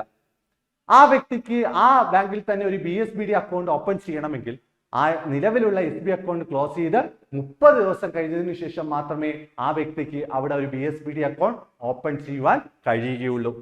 അതുപോലെ തന്നെ BSBD account holder are eligible to open term deposit, recurring deposit, etc. account in the bank where one holder BSBD. ഈ പറയുന്ന BSBD അക്കൗണ്ട് ഹോൾഡറിന് എന്തൊക്കെയാ? ഈ പറയുന്ന FDയും RDയും ഒക്കെ ഓപ്പൺ ചെയ്യാവുന്നതാണ്. ഓക്കെ, അതുപോലെ തന്നെ BSBDA സ്മോൾ അക്കൗണ്ട് എന്ന് പറയുന്ന ഒരു അക്കൗണ്ട് കൂടെ ഉണ്ട്. BSBDA സ്മോൾ അക്കൗണ്ട് അതെന്താണ്? BSBDA can also be opened with simplified KYC norms and such account will be treated as BSBDA small account. നമുക്കറിയാം BSBDA ഏതൊരു അക്കൗണ്ട് ഓപ്പൺ ചെയ്യണമെങ്കിലും നമ്മൾ നമ്മുടെ KYC അപ്ഡേറ്റ് ചെയ്യണം. KYC നമ്മൾ ഹാജരാക്കണം. KYC ഇല്ലാതെ നമുക്ക് അക്കൗണ്ട് ഓപ്പൺ ചെയ്യാൻ പറ്റുന്നുണ്ടെങ്കിൽ അത് ഏത് അക്കൗണ്ട് ആണെന്ന് ചോദിച്ചാൽ BSBDA സ്മോൾ അക്കൗണ്ട് ആണ്. ഓക്കെ ആണല്ലോ. KYC ഇല്ലാതെ ഓപ്പൺ ചെയ്യാൻ പറ്റുന്ന ഒരു അക്കൗണ്ട് ആണ് BSBDA സ്മോൾ അക്കൗണ്ട്. അത് ഈ സ്മോൾ അക്കൗണ്ടിന്റെ വാലിഡിറ്റി എന്ന് പറയുന്നത് 12 മാസമാണ്. ഓക്കെ ആണല്ലോ. 12 മാസം വരെ നമുക്ക് ഈ പറയുന്ന BSBDS സ്മോൾ അക്കൗണ്ട് KYC ഇല്ലാതെ ഉപയോഗിക്കാവുന്നതാണ്. പക്ഷേ വേണമെങ്കിൽ ഒരു 12 മാസം കൂടെ അവർ എക്സ്റ്റെൻഡ് ചെയ്ത് തരും. ഏത് സാഹചര്യത്തിൽ നമ്മൾ KYCക്ക് വേണ്ടിയുള്ള ആപ്ലിക്കേഷൻ കൊടുത്തു, അതിന്റെ തെളിവ് കാര്യങ്ങൾ ബാങ്കിന് കൊടുക്കാമെങ്കിൽ നമുക്ക് ഈ പറയുന്ന KYCയുമായി ബന്ധപ്പെട്ട OVD ഉണ്ട്, ഒഫീഷ്യൽ വാലിഡ് ഡോക്യുമെന്റ് ഉണ്ട്, അതൊക്കെ നമുക്ക് വഴിയെ പറയാം. അപ്പൊ ഈ പറയുന്ന OVD ഏതെങ്കിലും പാസ്പോർട്ട് ആയിക്കോട്ടെ, എന്താണ് ഇവിടെ പറയുന്നുണ്ട് OVD അഥവാ ഒഫീഷ്യൽ വാലിഡ് ഡോക്യുമെന്റ്. KYCയുമായി ബന്ധപ്പെട്ട് നമ്മൾ ഒഫീഷ്യൽ വാലിഡ് ഡോക്യുമെന്റ് നമ്മൾ കൊടുക്കാറുണ്ട്. ഏതൊക്കെയാണെന്ന് ചോദിച്ചാൽ പാസ്പോർട്ട് എന്ന് പറയുന്നത് ഒരു ഒഫീഷ്യൽ വാലിഡ് ഡോക്യുമെന്റ് ആണ്. അതുപോലെ തന്നെ NREGA national rural employment guarantee act പ്രകാരമുള്ള ജോബ് കാർഡ് ഒരു ഒഫീഷ്യൽ വാലിഡ് ഡോക്യുമെന്റ് ആണ്. അതുപോലെ തന്നെ വോട്ടർ ID ഒരു OVD ആണ്. അതുപോലെ തന്നെ driving licence, Aadhaar card, letter issued by the national population register. National population register issue ചെയ്യുന്ന letter, Aadhaar card, driving licence, voter ID, അതുപോലെ തന്നെ NREGA ജോബ് കാർഡ്, പാസ്പോർട്ട്. ഇത്രയുമാണ് KYCക്ക് വേണ്ടി നമ്മൾ ഹാജരാക്കേണ്ട ഒഫീഷ്യൽ വാലിഡ് ഡോക്യുമെന്റ്. ഓക്കെ ആണല്ലോ. ഇതിനകത്ത് എന്ത് ഉൾപ്പെടുന്നില്ല? Pan, permanent account number, pan card അവിടെ ഉൾപ്പെടുന്നില്ല. പാൻ കാർഡ് എന്തല്ല? ഒരു ഒഫീഷ്യൽ വാലിഡ് ഡോക്യുമെന്റ് അല്ല. ഓക്കെ ആണല്ലോ. അപ്പൊ ഇതിലേതെങ്കിലും ഒരു ഡോക്യുമെന്റ് കിട്ടാൻ വേണ്ടി നമ്മൾ അപേക്ഷ കൊടുത്തിട്ടുണ്ട്, കിട്ടാൻ സമയമെടുക്കും. അതുമായി ബന്ധപ്പെട്ട രേഖകൾ നമ്മൾ ബാങ്കിൽ ഹാജരാക്കുകയാണെങ്കിൽ വേണമെങ്കിൽ ഒരു 12 മാസം കൂടെ ഈ പറയുന്ന BSBD അക്കൗണ്ട് എക്സ്റ്റെൻഡ് ചെയ്ത് തരും. ഓക്കെ. അടുത്തത്, a deposit is treated as unclaimed matured deposit after a period of. ഒരു ഡെപ്പോസിറ്റ് അൺക്ലെയിംഡ് മെച്ചുവേർഡ് ഡെപ്പോസിറ്റ് ആവുന്നത് എന്നു മുതലാണെന്ന് ചോദിച്ചാൽ 10 years after maturity. ഉത്തരം ഓർത്ത് വെച്ചോണം, 10 years after maturity. ഒരു അക്കൗണ്ടിലെ എമൗണ്ട്, ഒരു അക്കൗണ്ട് 10 വർഷമായിട്ടും യാതൊരുവിധ ഓപ്പറേഷനും ഇല്ല എങ്കിൽ ആ അക്കൗണ്ടിന് നമ്മൾ വിളിക്കുന്ന പേരാണ് unclaimed matured deposit. Unclaimed matured deposit 10 വർഷമായിട്ടും യാതൊരു ഓപ്പറേഷനും ഇല്ലാതെ അക്കൗണ്ടിനെ വിളിക്കുന്ന പേരാണ് unclaimed matured deposit account.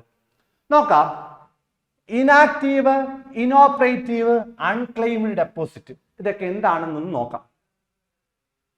If a savings account, current account have not to be made any transaction in the account for a period of 1 year, then the account is considered to be inactive account. ഓർത്തു വെച്ചോണം, ഒരു SB account ആയിക്കോട്ടെ, ഒരു current account ആയിക്കോട്ടെ, ആ അക്കൗണ്ടുകൾ ഒരു വർഷമായിട്ടും, ഓർത്തു വെച്ചോണം, ഒരു വർഷമായിട്ട് യാതൊരുവിധ ട്രാൻസാക്ഷനും ഇല്ലാതെ കിടക്കുകയാണെങ്കിൽ ആ അക്കൗണ്ടിന് നമ്മൾ വിളിക്കുന്ന പേര് ഇനാക്റ്റീവ് അക്കൗണ്ട്. ഓർത്തു വെച്ചോണം, ഒരു വർഷമായിട്ട് യാതൊരു ഓപ്പറേഷനും ഇല്ലെങ്കിൽ ആ അക്കൗണ്ടിനെ വിളിക്കുന്ന പേര് ഇനാക്റ്റീവ് അക്കൗണ്ട്. എന്നാൽ ഈ പറഞ്ഞ SB അക്കൗണ്ട്, CA അക്കൗണ്ട് ഒക്കെ 2 വർഷമായിട്ടും, ഓർത്തു വെച്ചോണം, പീരീഡ് ഓഫ് 2 years, 2 വർഷമായിട്ട് യാതൊരുവിധ ഓപ്പറേഷനും ഇല്ല എങ്കിൽ ആ അക്കൗണ്ടിനെ വിളിക്കുന്ന പേരാണ് ഇനോപ്പറേറ്റീവ് അക്കൗണ്ട്. ഓർത്തു വെച്ചോണം, ഇനോപ്പറേറ്റീവ് അക്കൗണ്ട്. 1 വർഷമാണെങ്കിൽ അത് ഇനാക്റ്റീവ് അക്കൗണ്ട്, 2 വർഷമാണെങ്കിൽ ഇനോപ്പറേറ്റീവ് അക്കൗണ്ട്. ഇനോപ്പറേറ്റീവ് അക്കൗണ്ടിന്റെ മറ്റൊരു പേരാണ് ഡോർമെന്റ് അക്കൗണ്ട്. ഇനോപ്പറേറ്റീവ് അക്കൗണ്ടിന്റെ മറ്റൊരു പേരാണ് ഡോർമെന്റ് അക്കൗണ്ട്. ഓർത്തു വെക്കുക. അതുപോലെ തന്നെ account with no transaction for lost 10 years, 10 വർഷമായിട്ട് യാതൊരുവിധ ഓപ്പറേഷനും ഇല്ലാതെ കിടക്കുന്ന അക്കൗണ്ടിനെ വിളിക്കുന്ന പേരാണ് അൺക്ലെയിംഡ് ഡെപ്പോസിറ്റ് അക്കൗണ്ട്. ഓർത്തു വെച്ചോണം, അൺക്ലെയിംഡ് ഡെപ്പോസിറ്റ് അക്കൗണ്ട് എന്ന് വിളിക്കുന്നത് 10 വർഷമായിട്ട് യാതൊരുവിധ ഓപ്പറേഷനും ഇല്ലാതെ കിടക്കുന്ന അക്കൗണ്ടുകളാണ്. If a bank account remains inoperative for a period of 10 years, the money can be transferred to DEF account. അങ്ങനെ 10 വർഷമായിട്ട് യാതൊരുവിധ ഓപ്പറേഷനും ഇല്ലാതെ കിടക്കുന്ന അക്കൗണ്ടിലെ എമൗണ്ട് പിന്നീട് RBIയുടെ കൺട്രോളിലുള്ള, RBIയുടെ ഒരു അക്കൗണ്ട് ആയിട്ടുള്ള ഡെഫ് അക്കൗണ്ടിലോട്ട് ബാങ്കുകൾ ട്രാൻസ്ഫർ ചെയ്യും. ഓർത്തു വെച്ചോണം, 10 വർഷമായിട്ട് അൺക്ലെയിംഡ് ഡെപ്പോസിറ്റ് ആയിട്ട് കിടക്കുന്ന എമൗണ്ടുകൾ പിന്നീട് ഈ എമൗണ്ട് എങ്ങോട്ട് മാറ്റുമെന്ന് ചോദിച്ചാൽ RBIയുടെ ഡെഫ് അക്കൗണ്ടിലോട്ട് മാറ്റും. ഡെഫ് അക്കൗണ്ട് വന്ന വർഷം 2014 ഡെഫ് അക്കൗണ്ടിന്റെ പൂർണ്ണരൂപം depositor education awareness fund. Depositor education awareness fund RBI introduce ചെയ്ത ഒരു അക്കൗണ്ട് ആണ് ഡെഫ് അക്കൗണ്ട് 2014 വന്നതെന്ന് ഓർക്കുക. അതുപോലെ തന്നെ ഡെഫ് അക്കൗണ്ടിന് ഇപ്പോൾ കൊടുക്കുന്ന ഇൻട്രസ്റ്റ് റേറ്റ് എത്രയാണെന്ന് ചോദിച്ചാൽ 3%. ഓക്കെ ആണല്ലോ. ഡെഫ് അക്കൗണ്ടിന് പ്രൊവൈഡ് ചെയ്യുന്ന ഇൻട്രസ്റ്റ് റേറ്റ് എത്രയാണ്? 3% ആണ്. ഡെഫ് അക്കൗണ്ട് വന്ന വർഷം ഓർത്ത് വെച്ചോണം 2014. ഡെഫിന്റെ പൂർണ്ണരൂപം ഡെപ്പോസിറ്റ് എഡ്യൂക്കേഷൻ അവയർനെസ് ഫണ്ട്. അടുത്തത്, the first ATM in India was set up in dash by HSBC in Mumbai. ATM automated teller machine. ATM ആദ്യമായിട്ട് ഇന്ത്യയിൽ കൊണ്ടുവന്ന ബാങ്ക് HSBC ആണ്. ഓക്കെ ആണ്, HSBC ആണ്. HSBC ബാങ്ക് ആണ്. മുംബൈയിലെ HSBC ആണ് ഈ പറയുന്ന ATM ആദ്യമായിട്ട് ഇന്ത്യയിൽ കൊണ്ടുവന്നത്. ഏത് വർഷമാണെന്ന് ചോദിച്ചാൽ 1987 ATM ആദ്യമായിട്ട് ഇന്ത്യയിൽ ഇൻട്രൊഡ്യൂസ് ചെയ്തത് HSBC 1987 നോക്കാം. ATMന്റെ പൂർണ്ണരൂപം ഓട്ടോമേറ്റഡ് ടെല്ലർ മെഷീൻ എന്നാണ്. ATM started as part of recommendation of Rangarajan committee. ഓർത്ത് വെച്ചോണം, ATM റെക്കമെൻഡ് ചെയ്ത കമ്മിറ്റി ആരാണെന്ന് ചോദിച്ചാൽ രംഗരാജൻ കമ്മിറ്റിയാണ്. രംഗരാജൻ കമ്മിറ്റിയാണ് ATM റെക്കമെൻഡ് ചെയ്തത്. ATM എന്ന് വെച്ചാൽ ഒരു അൺമാൻഡ് ക്യാഷ് ഡിസ്പെൻസർ ആണെന്ന് ഓർത്ത് വെച്ചേക്കുക. ഈ പറയുന്ന ATMന്റെ പിതാവ് ഓർത്ത് വെച്ചോണം, ATMന്റെ പിതാവ് ആരാണെന്ന് ചോദിച്ചാൽ ജോൺ ഷെപ്പേർഡ് ബാരൺ ആണ്. ATM ഇന്ത്യയിൽ റെക്കമെൻഡ് ചെയ്തത് രംഗരാജൻ കമ്മിറ്റി. ATMന്റെ ഫാദർ എന്നറിയപ്പെടുന്നത് ആരാണ്? ജോൺ ഷെപ്പേർഡ് ബാരൺ ആണ്. അതുപോലെ തന്നെ the first bank introduce ATM, ഇന്ത്യയിൽ ATM ഇൻട്രൊഡ്യൂസ് ചെയ്ത ബാങ്ക് HSBC ആണ്. 1987 HSBCയുടെ പൂർണ്ണരൂപം ഹോങ്കോങ് ഷാങ്ഹായ് ബാങ്കിംഗ് കോർപ്പറേഷൻ എന്നാണ്. മുംബൈയിലെ ബാങ്കാണ്. 1987 ഈ പറയുന്ന ATM ഇന്ത്യയിൽ HSBC ഇൻട്രൊഡ്യൂസ് ചെയ്തെന്ന് ഓർത്തു വെക്കുക. അതുപോലെ തന്നെ ലോകത്താദ്യമായിട്ടും ഈ പറയുന്ന ATM ഇൻട്രൊഡ്യൂസ് ചെയ്തത് ബാർക്ലേസ് ബാങ്ക് ആണ്. ലണ്ടനിലുള്ള ബാർക്ലേസ് ബാങ്ക് 1967 ഈ പറയുന്ന ATM ലോകത്താദ്യമായിട്ട് ഇൻട്രൊഡ്യൂസ് ചെയ്യുന്നത്. അപ്പൊ വേൾഡിൽ 1967, ഇന്ത്യയിൽ 1987. അതുപോലെ തന്നെ which bank introduce first ATM in Kerala? കേരളത്തിൽ ആദ്യമായിട്ട് ഈ പറയുന്ന ATM ഇൻട്രൊഡ്യൂസ് ചെയ്ത ബാങ്കാണ് British Bank of Middle East. ഓർത്ത് വെച്ചോണം, British Bank of Middle East ആണ് കേരളത്തിൽ ആദ്യമായിട്ട് ഈ പറയുന്ന ATM ഇൻട്രൊഡ്യൂസ് ചെയ്തത്. അതുപോലെ തന്നെ മൊബൈൽ ATM ഇൻട്രൊഡ്യൂസ് ചെയ്തത് ICICI ബാങ്ക് ആണ്. ആദ്യമായിട്ട് ഒരു മൊബൈൽ ATM ഇൻട്രൊഡ്യൂസ് ചെയ്ത ബാങ്ക് ICICI ബാങ്ക് ആണെന്ന് ഓർത്തു വെക്കുക. ഓക്കെ ആണല്ലോ. അതുപോലെ തന്നെ ഒരു ഫ്ലോട്ടിംഗ് ATM കൊണ്ടുവന്ന ബാങ്ക് ഏതാണെന്ന് ചോദിച്ചാൽ SBI ആണ്. ഫ്ലോട്ടിംഗ് ATM കൊണ്ടുവന്ന ബാങ്ക് SBI ആണ്. അടുത്തത്, which order takes precedence with the garnish order and attachment order are received simultaneously. ഒരേ സമയത്ത് ഒരു ബാങ്ക് അക്കൗണ്ടിലേക്ക് ഗാർണിഷ് ഓർഡറും അറ്റാച്ച്മെന്റ് ഓർഡറും ഒരേ സമയത്ത് വന്നാൽ ഏതിനായിരിക്കണം പ്രാധാന്യം കൊടുക്കേണ്ടത് എന്ന് ചോദിച്ചാൽ, ഏതിനായിരിക്കണം പ്രാധാന്യം കൊടുക്കേണ്ടത്? ഗാർണിഷ് ഓർഡറിനും അറ്റാച്ച്മെന്റ് ഓർഡർ രണ്ടും രണ്ട് ഓർഡറാണ്. Garnish order civil court issue ചെയ്യുന്ന ഓർഡർ ആണെങ്കിൽ attachment order income tax authority issue ചെയ്യുന്ന ഓർഡർ ആണ്. അപ്പോൾ ഏതിനായിരിക്കും പ്രാധാന്യം കൊടുക്കേണ്ടത്? അറ്റാച്ച്മെന്റ് ഓർഡറിനാണ് ആദ്യം പ്രാധാന്യം കൊടുക്കേണ്ടത്. ഓർത്ത് വെച്ചോണം, അറ്റാച്ച്മെന്റ് ഓർഡറും ഗാർണിഷ് ഓർഡറും ഒരേ സമയത്ത് ഒരാളുടെ അക്കൗണ്ടിൽ വന്നാൽ ബാങ്ക് ഏതിന് പ്രാധാന്യം കൊടുക്കണമെന്ന് ചോദിച്ചാൽ അറ്റാച്ച്മെന്റ് ഓർഡറിനായിരിക്കണം മുൻപന്തി എന്ന് ഓർക്കുക. കാരണം ഈ പറയുന്ന അറ്റാച്ച്മെന്റ് ഓർഡർ ഗവൺമെന്റിലേക്ക് കൊടുക്കേണ്ട എമൗണ്ട് ആണ്, ടാക്സ് എമൗണ്ട് ആണ്. നോക്കാം, ഈ പറയുന്ന ഗാർണിഷ് ഓർഡറും അറ്റാച്ച്മെന്റ് ഓർഡറും തമ്മിലുള്ള പ്രധാനപ്പെട്ട കുറച്ച് വ്യത്യാസങ്ങൾ ഒന്ന് പറയുവാണ്. ഗാർണിഷ് ഓർഡർ ഇഷ്യൂ ചെയ്യുന്നത് ആരാണെന്ന് ചോദിച്ചാൽ സിവിൽ കോർട്ടാണ്. ഓർത്ത് വെച്ചോണം, ഗാർണിഷ് ഓർഡർ ഇഷ്യൂ ചെയ്യുന്ന ആരാ? Civil court. എന്നാൽ അറ്റാച്ച്മെന്റ് ഓർഡർ ഇഷ്യൂ ചെയ്യുന്ന ആരാ? ഇൻകം ടാക്സ് ഡിപ്പാർട്ട്മെന്റ് ആണ്. ഗാർണിഷ് ഓർഡർ ഇഷ്യൂ ചെയ്യുന്നത് civil court, attachment order issue ചെയ്യുന്നത് ഇൻകം ടാക്സ് ഡിപ്പാർട്ട്മെന്റ് ആണ്. ഈ പറയുന്ന ഗാർണിഷ് ഓർഡറുമായി ബന്ധപ്പെട്ട ഓർഡർ 21 റൂൾ 46 CPC 1908 ഓക്കെ ആണല്ലോ. ഗാർണിഷ് ഓർഡറിനെ പറ്റി പറയുന്ന നിയമം civil procedure code order number 21 rule 46 എന്നാൽ അറ്റാച്ച്മെന്റ് ഓർഡറിനെ പറ്റി പറയുന്നത് ഇൻകം ടാക്സ് ആക്ടിലാണ്. 1961 ഇൻകം ടാക്സ് ആക്ടിലെ സെക്ഷൻ 226 സബ്സെക്ഷൻ 3 അറ്റാച്ച്മെന്റ് ഓർഡറിനെ പറ്റി പറയുന്നത്. അതുപോലെ തന്നെ ഈ പറയുന്ന ഗാർണിഷ് ഓർഡർ ആർക്കെതിരെയാണ് വരുന്നതെന്ന് ചോദിച്ചാൽ ജഡ്ജ്മെന്റ് ഡെപ്റ്റർക്കെതിരെയാണ് വരുന്നത്. ഓക്കെ ആണല്ലോ. പൈസ കൊടുക്കാനുള്ള വ്യക്തി അല്ലെ, ഒരു വ്യക്തി ഒരാൾക്ക് പൈസ കൊടുക്കാനുണ്ടെങ്കിൽ അയാളിൽ നിന്ന് ആ പൈസ നേടിയെടുക്കാൻ വേണ്ടി നമ്മൾ കോടതിയെ സമീപിച്ച് കോടതിയിൽ നിന്ന് നേടുന്ന ആ ഒരു ഉത്തരവാണ് ഗാർണിഷ് ഓർഡർ. ഗാർണിഷ് ഓർഡർ ഒരു ബാങ്കിനാണ് അത് പോകുന്നത്. അതുകൊണ്ട് ഗാർണിഷ് എന്ന് പറയുന്നത് ബാങ്ക് ആണെന്ന് ഓർത്തു വെക്കുക. ഇവിടെ ജഡ്ജ്മെന്റ് ഡെപ്റ്റർ, ജഡ്ജ്മെന്റ് ക്രെഡിറ്റർ എന്ന് പറയുന്ന അങ്ങനെ 3 പാർട്ടി, ഗാർണിഷ് ഉണ്ട്, ജഡ്ജ്മെന്റ് ഡെപ്റ്റർ ഉണ്ട്, ജഡ്ജ്മെന്റ് ക്രെഡിറ്റർ ഉണ്ട്. ഇവിടെ ജഡ്ജ്മെന്റ് ഡെപ്റ്റർ ആണ് ഡെപ്പോസിറ്റ് അഥവാ ബാങ്ക് അക്കൗണ്ട് ഹോൾഡർ. ആരാണ് ബാങ്കിലെ അക്കൗണ്ട് ഹോൾഡർ? ആരാ? ജഡ്ജ്മെന്റ് ഡെപ്റ്റർ ആണ്. എന്നാൽ അറ്റാച്ച്മെന്റ് ഓർഡറിന്റെ കേസിൽ ആ അറ്റാച്ച്മെന്റ് ഓർഡർ ആർക്കെതിരെയാണ് വരുന്നതെന്ന് ചോദിച്ചാൽ അസറ്റിക്കെതിരെയാണ്. ഓക്കെ ആണല്ലോ. ഇൻകം ടാക്സ് ആക്ടില് ഇൻകം ടാക്സ് അടയ്ക്കുന്ന വ്യക്തികളെ നമ്മൾ പറയുന്നവര്, നമ്മളെല്ലാം ടാക്സ് അടയ്ക്കുന്നവരാ. അപ്പൊ നമ്മളെല്ലാം ആരാണ്? ഇൻകം ടാക്സ് ആക്ടില് അസസിയാണ്. അതുപോലെ തന്നെ ബാങ്കിനെ ഗാർണിഷ് ഓർഡറിന്റെ കേസിൽ ബാങ്ക് ആരാണെന്ന് ചോദിച്ചാൽ ഗാർണിഷിയാണ്. ഓക്കെ ആണല്ലോ. ഗാർണിഷ് ഓർഡറിന്റെ കേസിൽ ബാങ്ക്, ഈ പറയുന്ന ജഡ്ജ്മെന്റ് ഡെപ്റ്ററിന്റെ ബാങ്ക് എന്ന് പറയുന്നത് ഗാർണിഷിയാണ്. എന്നാൽ അറ്റാച്ച്മെന്റ് ഓർഡറിൽ ബാങ്ക് അസസീസ് ഡെപ്റ്റർ ആണ്. അസസിയുടെ ബാങ്ക് ആണ് ഈ പറയുന്ന അറ്റാച്ച്മെന്റ് ഓർഡറിന്റെ കേസിൽ. എമൗണ്ട് ഗാർണിഷ് ഓർഡറിന്റെ കേസിൽ ആ എമൗണ്ട് മെൻഷൻ ചെയ്യണോ? May be mentioned specifically. ഈ പറയുന്ന എമൗണ്ട് മെൻഷൻ ചെയ്യണമെന്നൊന്നും നിർബന്ധമില്ല. എത്ര രൂപ ഈ പറയുന്ന ജഡ്ജ്മെന്റ് ഡെപ്റ്ററിന്റെ അക്കൗണ്ടിൽ നിന്ന് ഫ്രീസ് ചെയ്യണം, അറ്റാച്ച് ചെയ്യണമെന്നൊന്നും പ്രത്യേകിച്ച് പറയണമെന്ന് നിർബന്ധമില്ല. എന്നാൽ അറ്റാച്ച്മെന്റ് ഓർഡറിന്റെ കേസിൽ ഈ പറയുന്ന എമൗണ്ട് എത്ര രൂപയാണ് നമ്മൾ ടാക്സ് പിടിക്കേണ്ടതെന്ന് പ്രത്യേകമായിട്ട് പറഞ്ഞിരിക്കണം. പറഞ്ഞില്ല എങ്കിൽ ആ ഒരു അറ്റാച്ച്മെന്റ് ഓർഡർ വാലിഡ് അല്ല. അതുപോലെ തന്നെ on clear balance available with the garnish at time of receipt of order. ഈ പറയുന്ന ഗാർണിഷ് ഓർഡർ ഒരു ജഡ്ജ്മെന്റ് ഡെപ്റ്ററിന്റെ അക്കൗണ്ടിൽ വരുന്ന അവസരത്തിൽ അയാളുടെ അക്കൗണ്ടിൽ എത്രയുണ്ടോ ബാലൻസ് ആ എമൗണ്ട് മാത്രമേ പിടിക്കത്തുള്ളൂ. പിന്നീട് എന്തെങ്കിലും എമൗണ്ട് അതിൽ നിന്ന് ക്രെഡിറ്റ് ആവണമെങ്കിൽ വീണ്ടും ഒരു അറ്റാച്ച്മെന്റ് ഓർഡർ ഇഷ്യൂ ചെയ്യേണ്ടതായിട്ടുണ്ട്. അറ്റ് എ ടൈം ഒരു സമയത്ത് ഗാർണിഷ് ഓർഡർ വന്നു കഴിഞ്ഞാൽ ആ സമയത്ത് എത്രയാണോ ജഡ്ജ്മെന്റ് ഡെപ്റ്ററിന്റെ അക്കൗണ്ടിലുള്ളത് ആ എമൗണ്ടിൽ മാത്രമാണ് ഗാർണിഷ് ഓർഡർ ബാധകം. എന്നാൽ amount in the account at the time of receiving order and future credit also attachable. ഒരാളുടെ അക്കൗണ്ടിലോട്ട് ഒരു അറ്റാച്ച്മെന്റ് ഓർഡർ വന്നു കഴിഞ്ഞാൽ എത്ര രൂപയാണോ ടാക്സ് പിടിക്കാനുള്ളത് അത്രയും രൂപ ടാക്സ് ആയിട്ട് എടുക്കുന്നിടം വരെ ആ ഒരു അറ്റാച്ച്മെന്റ് ഓർഡർ ആ ഒരു അക്കൗണ്ടിൽ നിലനിൽക്കും. പിന്നീട് വരുന്ന ഏത് എമൗണ്ടും ഈ പറയുന്ന അറ്റാച്ച്മെന്റ് ഓർഡറിനായിട്ട് പിടിച്ചുകൊണ്ടേയിരിക്കും. ഓർത്തു വെക്കുക.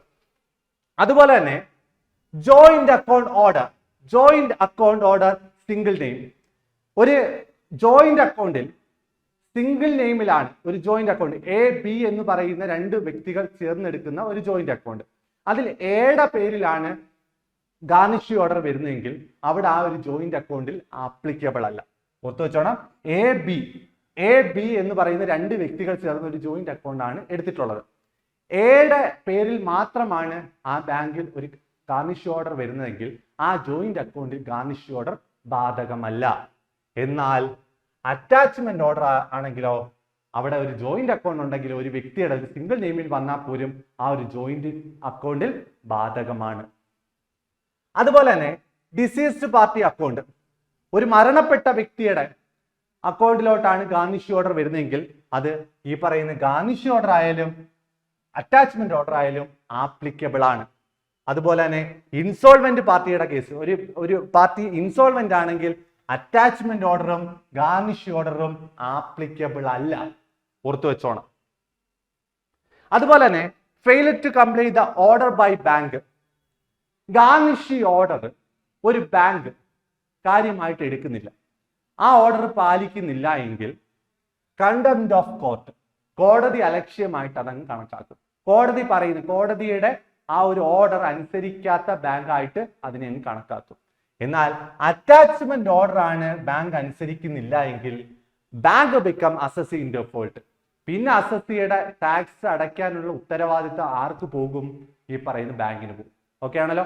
അസസിയുടെ അക്കൗണ്ടിൽ നിന്നും പൈസ എടുത്ത് ടാക്സ് അടയ്ക്കാനാണ് ബാങ്കിനോട് അറ്റാച്ച്മെന്റ് ഓർഡർ ആയിട്ട് പറയുന്നത്. അപ്പൊ ബാങ്ക് അത് ചെയ്യുന്നില്ല എങ്കിൽ പിന്നെ ബാങ്കിന്റെ ഉത്തരവാദിത്തമായിട്ട് മാറും അറ്റാച്ച്മെന്റ് ഓർഡറിന്റെ കേസിൽ. അതുപോലെ തന്നെ നേരത്തെ ഞാൻ പറഞ്ഞത് തന്നെ അറ്റാച്ച്മെന്റ് ഓർഡറും ഗാർണിഷ് ഓർഡറും ഒരുമിച്ച് ഒരാളുടെ അക്കൗണ്ടിലോട്ട് വന്നു കഴിഞ്ഞാൽ അറ്റാച്ച്മെന്റ് ഓർഡറിനായിരിക്കണം പ്രാധാന്യം. കാരണം ഗാർണിഷ് ഓർഡറിന് ലെസ് പ്രിഫറൻസ് ആണ്, അറ്റാച്ച്മെന്റ് ഓർഡറിന് എന്താണ് ഹൈ പ്രിഫറൻസ് ആണെന്ന് ഓർത്ത് ഗവൺമെന്റിലോട്ട് കൊടുക്കേണ്ട ഓർഡറാണ്. ഓക്കെ. ഇനി ബാങ്കിങ് ഓംബുഡ്സ്മാനുമായി ബന്ധപ്പെട്ട ഒരു ചോദ്യമാണ്. Banking ombudsman is appointed by, banking ombudsman appoint ചെയ്യുന്ന വർഷം ആരാണ്? ബാങ്കിങ് ഓംബുഡ്സ്മാനെ അപ്പോയിന്റ് ചെയ്ത ആരാണ്? റിസർവ് ബാങ്ക് ഓഫ് ഇന്ത്യ ആണ്. ഓർത്തു വെച്ചോണം, RBI ആണ് ബാങ്കിങ് ഓംബുഡ്സ്മാനെ അപ്പോയിന്റ് ചെയ്തെന്ന് ഓർത്തു വെക്കുക. ബാങ്കിങ് ഓംബുഡ്സ്മാൻ ആരാണ്? നമുക്കറിയാം, തർക്ക പരിഹാരത്തിനായിട്ടില്ലേ, ബാങ്കും കസ്റ്റമറും തമ്മിലുള്ള തർക്ക പരിഹാരത്തിനായിട്ട് ഉള്ള ഒരു ഉദ്യോഗസ്ഥനാണ് ബാങ്കിങ് ഓംബുഡ്സ്മാൻ എന്ന് പറയുന്നത്. Banking ombudsman is for the purpose of redressal of grievance of customer appointed by RBI. Banking ഓംബുഡ്സ്മാനെ അപ്പോയിന്റ് ചെയ്യുന്ന ആരാ? RBI ആണ്. For deficiency in banking service, banking സർവീസിലുള്ള എന്തെങ്കിലുമൊക്കെ ഡെഫിഷ്യൻസി ഒക്കെ പരിഹരിക്കാൻ വേണ്ടിയാണ് ബാങ്കിങ് ഓംബുഡ്സ്മാനെ RBI അപ്പോയിന്റ് ചെയ്യുന്നത്. ഈ പറയുന്ന ബാങ്കിങ് ഓംബുഡ്സ്മാൻ സ്കീം ആദ്യമായിട്ട് ഇന്ത്യയിൽ നടപ്പാക്കി ആ ഒരു സ്കീം നിലവിൽ വന്നത് ജൂൺ 14, 1995 ഡേറ്റ് സഹിതം പഠിച്ചോണം.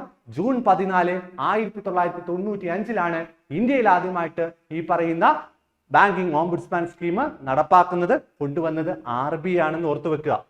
പിന്നീട് നമ്മുടെ ഇന്ത്യയിൽ ഉണ്ടായിരുന്ന നിയമങ്ങൾ എന്ന് പറയുന്നത് 1995 നിലവിൽ വന്ന ബാങ്കിങ് ഓംബുഡ്സ്മാനെ ഒന്ന് അമെൻമെന്റ് വരുത്തി ഒരു പുതിയ ബാങ്കിങ് ഓംബുഡ്സ്മാൻ വന്നു.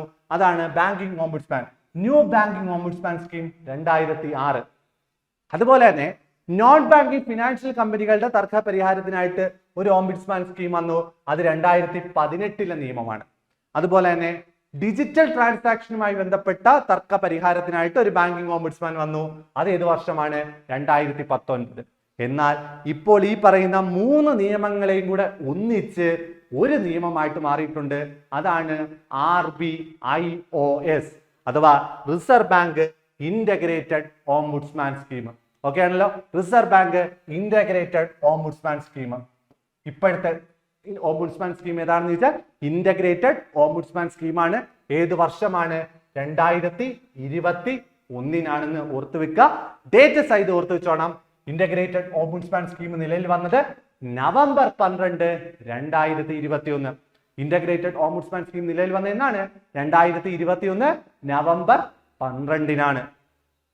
ഈ പറയുന്ന ഇന്റഗ്രേറ്റഡ് ഓംബുഡ്സ്മാൻ സ്കീം ഞാൻ നേരത്തെ പറഞ്ഞു, ഇന്ത്യയിൽ ഉണ്ടായിരുന്ന 3 നിയമങ്ങൾ.